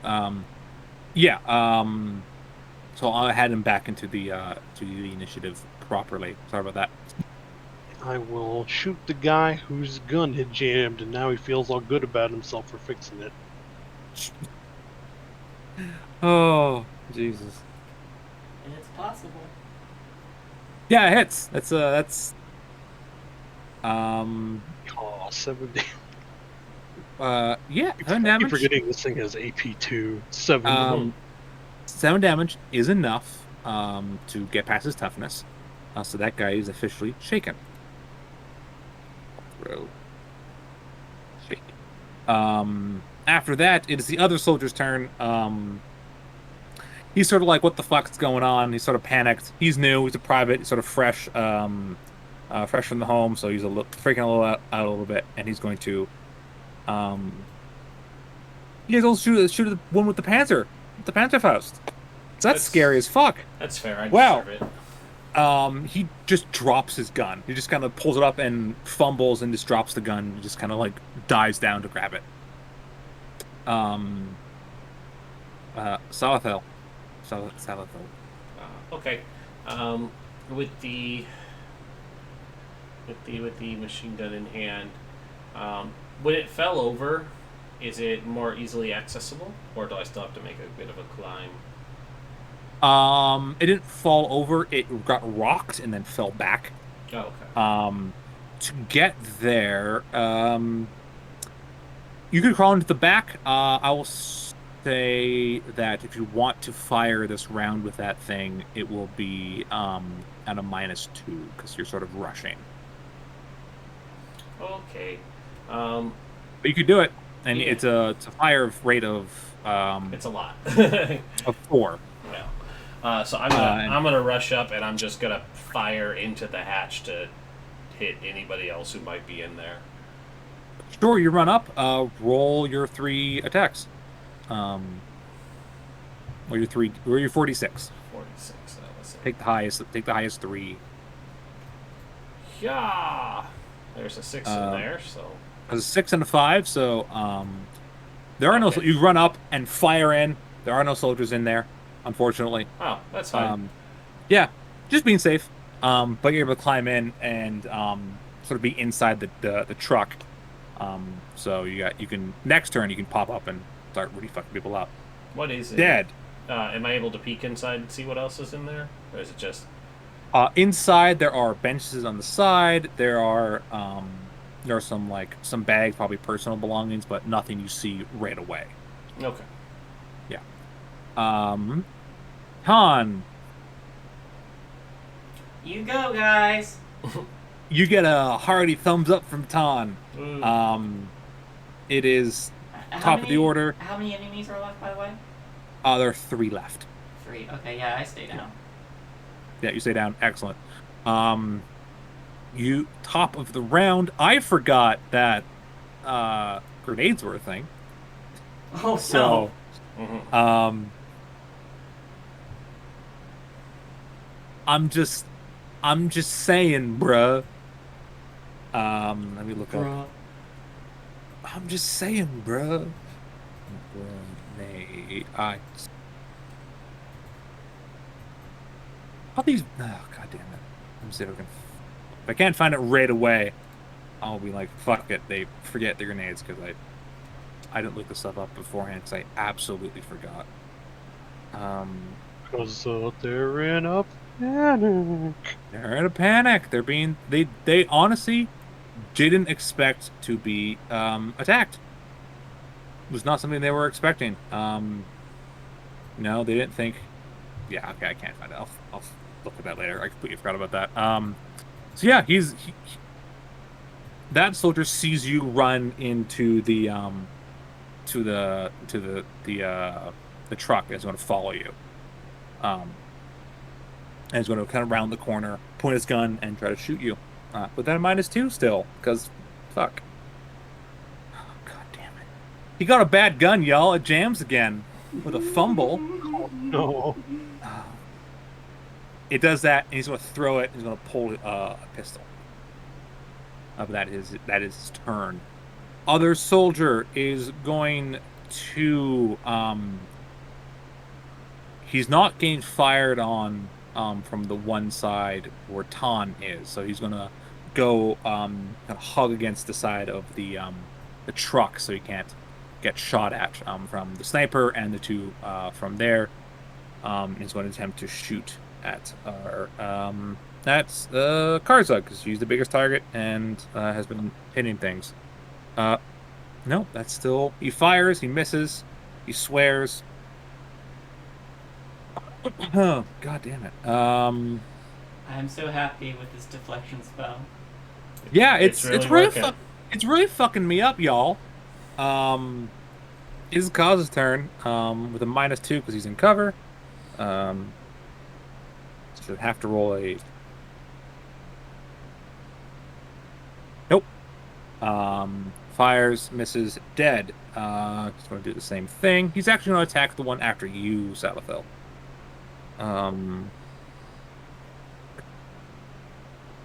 My boy.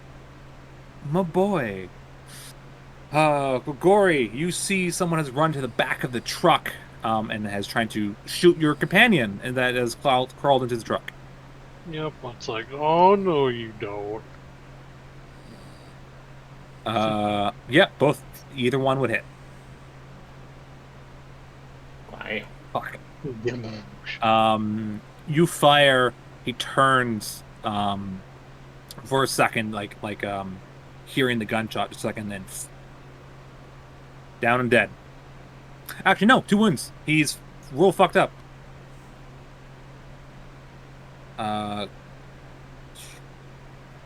It is the other soldier. He's going to follow his companion and hide there. He's going to attempt to shoot Jean. And unfortunately, that is they have not rolled. They've rolled terribly. Salathil, you got a machine gun, girl. Rin? I'm still here. Hi. Yeah, we're ending as soon as this combat's over. We end. I can tell you're tired. Who's left? There's the one right in front of you, sort of looking in, who's really wounded, taking a sniper round to the chest. I'll finish him off. Excellent. You want to use the machine gun? Yep. Oh dear, there's at least 1 hit in there. There's not a single hit. Yeah, right, because it was lower than. Yep. Yeah. You could use a Benny to re-roll those attacks. I've used all my bennies. Can I Have you? spend a Okay. Benny Yeah, to make keeping it them kosher. reroll? I've used all mine. Nope, you cannot spend a Benny to someone else. Dead. Thumbs up from Ton again. Am I how far away is the guy hiding on my side? From you, not that far. Probably like 6 feet. Oh, wow. Can I like A little bit further than that. I'll say. Probably about 10 actually. can I like can I scoop up like a handkerchief of sand or something and just lob it at his face? You want to pocket sand the motherfucker? I would like with to some pocket pocket sand. Can this be like an athletics? That would be a fight roll. Oh, a fight. Shit. Alright. Fight. You have your Benny still. I do have my penny. still. Yeah, I don't think I need them. That's a hit. What'd you get? She got a I 6. got a raise. Awesome. Okay. I pocket sand him. You pocket sand this guy. You kind of like run up for a second and throw it in his face, and you kind of like dive back. I'll say that on cover currently, but that one guy gets a bunch of sand in his face, and he just like goes like fuck. He shouts something in undercommon. Bryn, you okay, bud? Yeah, I'm good. Cool. Top of the round, that soldier is going to attempt to shoot you, Salathil, and with a -3, can't. That soldier's going to attempt to shoot our girl. No, that's a raids. But he currently has a minus. I'll say -4. So what's your parry? Mine is 8. Yeah. My. Not use Ren. Hans. Oh, fun. Mine's 4. Okay. Even with your bonus? Oh yeah, the +4 With my is bonus, it would be 6. That misses. That's a 5. You're. Oh, actually, yeah, no, that is absolutely correct. Kaz is going to run around. Actually, going to try to shoot the guy attacking Salathil. Nest. Come on. Okay, Jean's turn. Same thing. Attack the person attacking Salathil. Oh, Jean got 2 hits. Yeah, you got it. He finally got, and he got 2. You're doing it, buddy. Good for him. We believe in you. More than enough. I need to check the damage of the MP40, which is 2d6 -1. Yeah, the guy trying to get you, Salathil, is now dead. Grigori. There are 2 soldiers left. They're looking pretty rough. Let's see if we can make them look a lot of rough. Sure. Currently, they have, they do have cover right now, so both of those would hit. I just want to use a Benny. Yeah, I think you have 1 left. Let's go. Yep, that hits. You hit one of them. Roll your damage. 5, Most 6, low balling damage. 8. Okay, that soldier is pretty hurt. That one is dead, so we'll move him. After Greg is that soldier, and this soldier is going to fucking run. He's the guy who dropped his gun, and he's just like, fuck this, and is just going to start sprinting away. Because he's just like, a bunch of people are dead. Salathil, there's 1 guy left that is currently still engaging you, and he's looking rough. I shoot him. Can you roll my 48 for me? Sure thing, buddy. I hope I did that right. I did not do that right. Uh-oh. 2 hits. What is the damage of this weapon? I'll check in a second. I have it right here. Frost should have it. Which one? The MP40? Yeah. No. The MP40 are using the MG. The machine gun. Okay, using the MG. That is 2d8. Let's see. Oh, fuck. That's bad for him. Oh. That is 18 damage. I'll take it.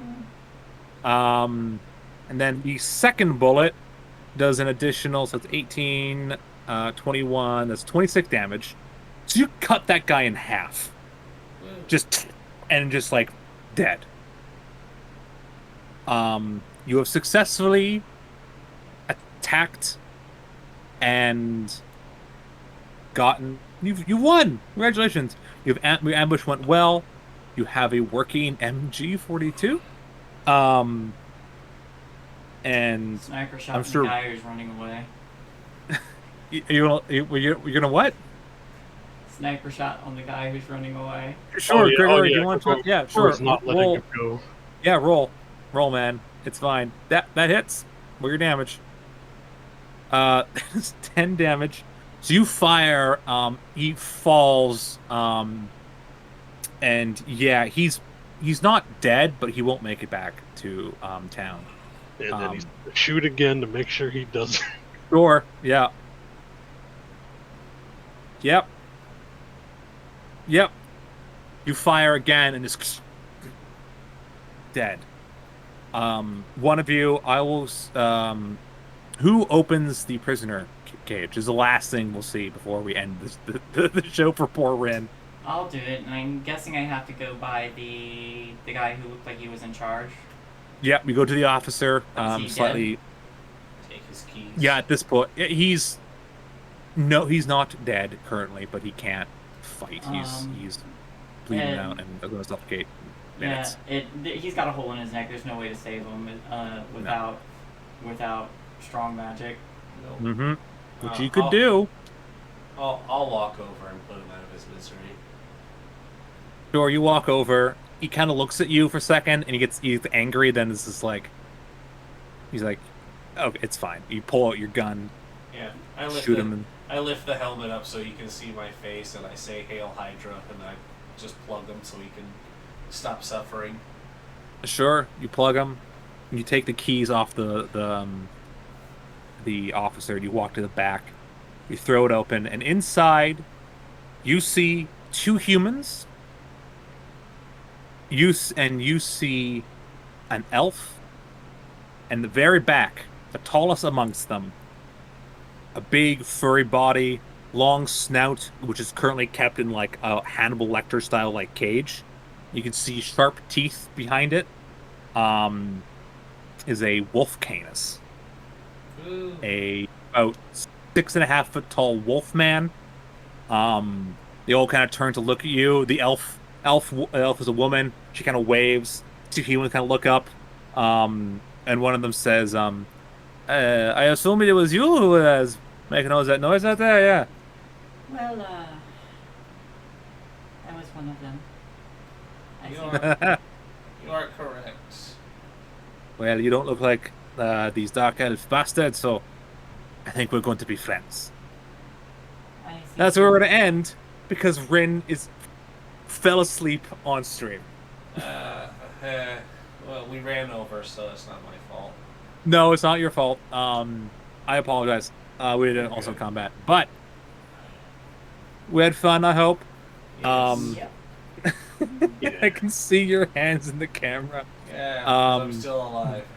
Thank you, everyone, for watching. I'm very excited to introduce these new characters next week. I just want to say Happy Pride, everyone. Goodbye. Rin, you control the stream, so you're going to have to do some buttons. I have to actually get up and turn it off. Yeah, you have to do for 1 minute. Alright. Thanks, everybody. You can probably see the top of my head, maybe. You can see your hand. There it is. Alright, Yeah, have a great night. there's a boy. Oh, have a good night, everybody. Oh, God, there's- Night.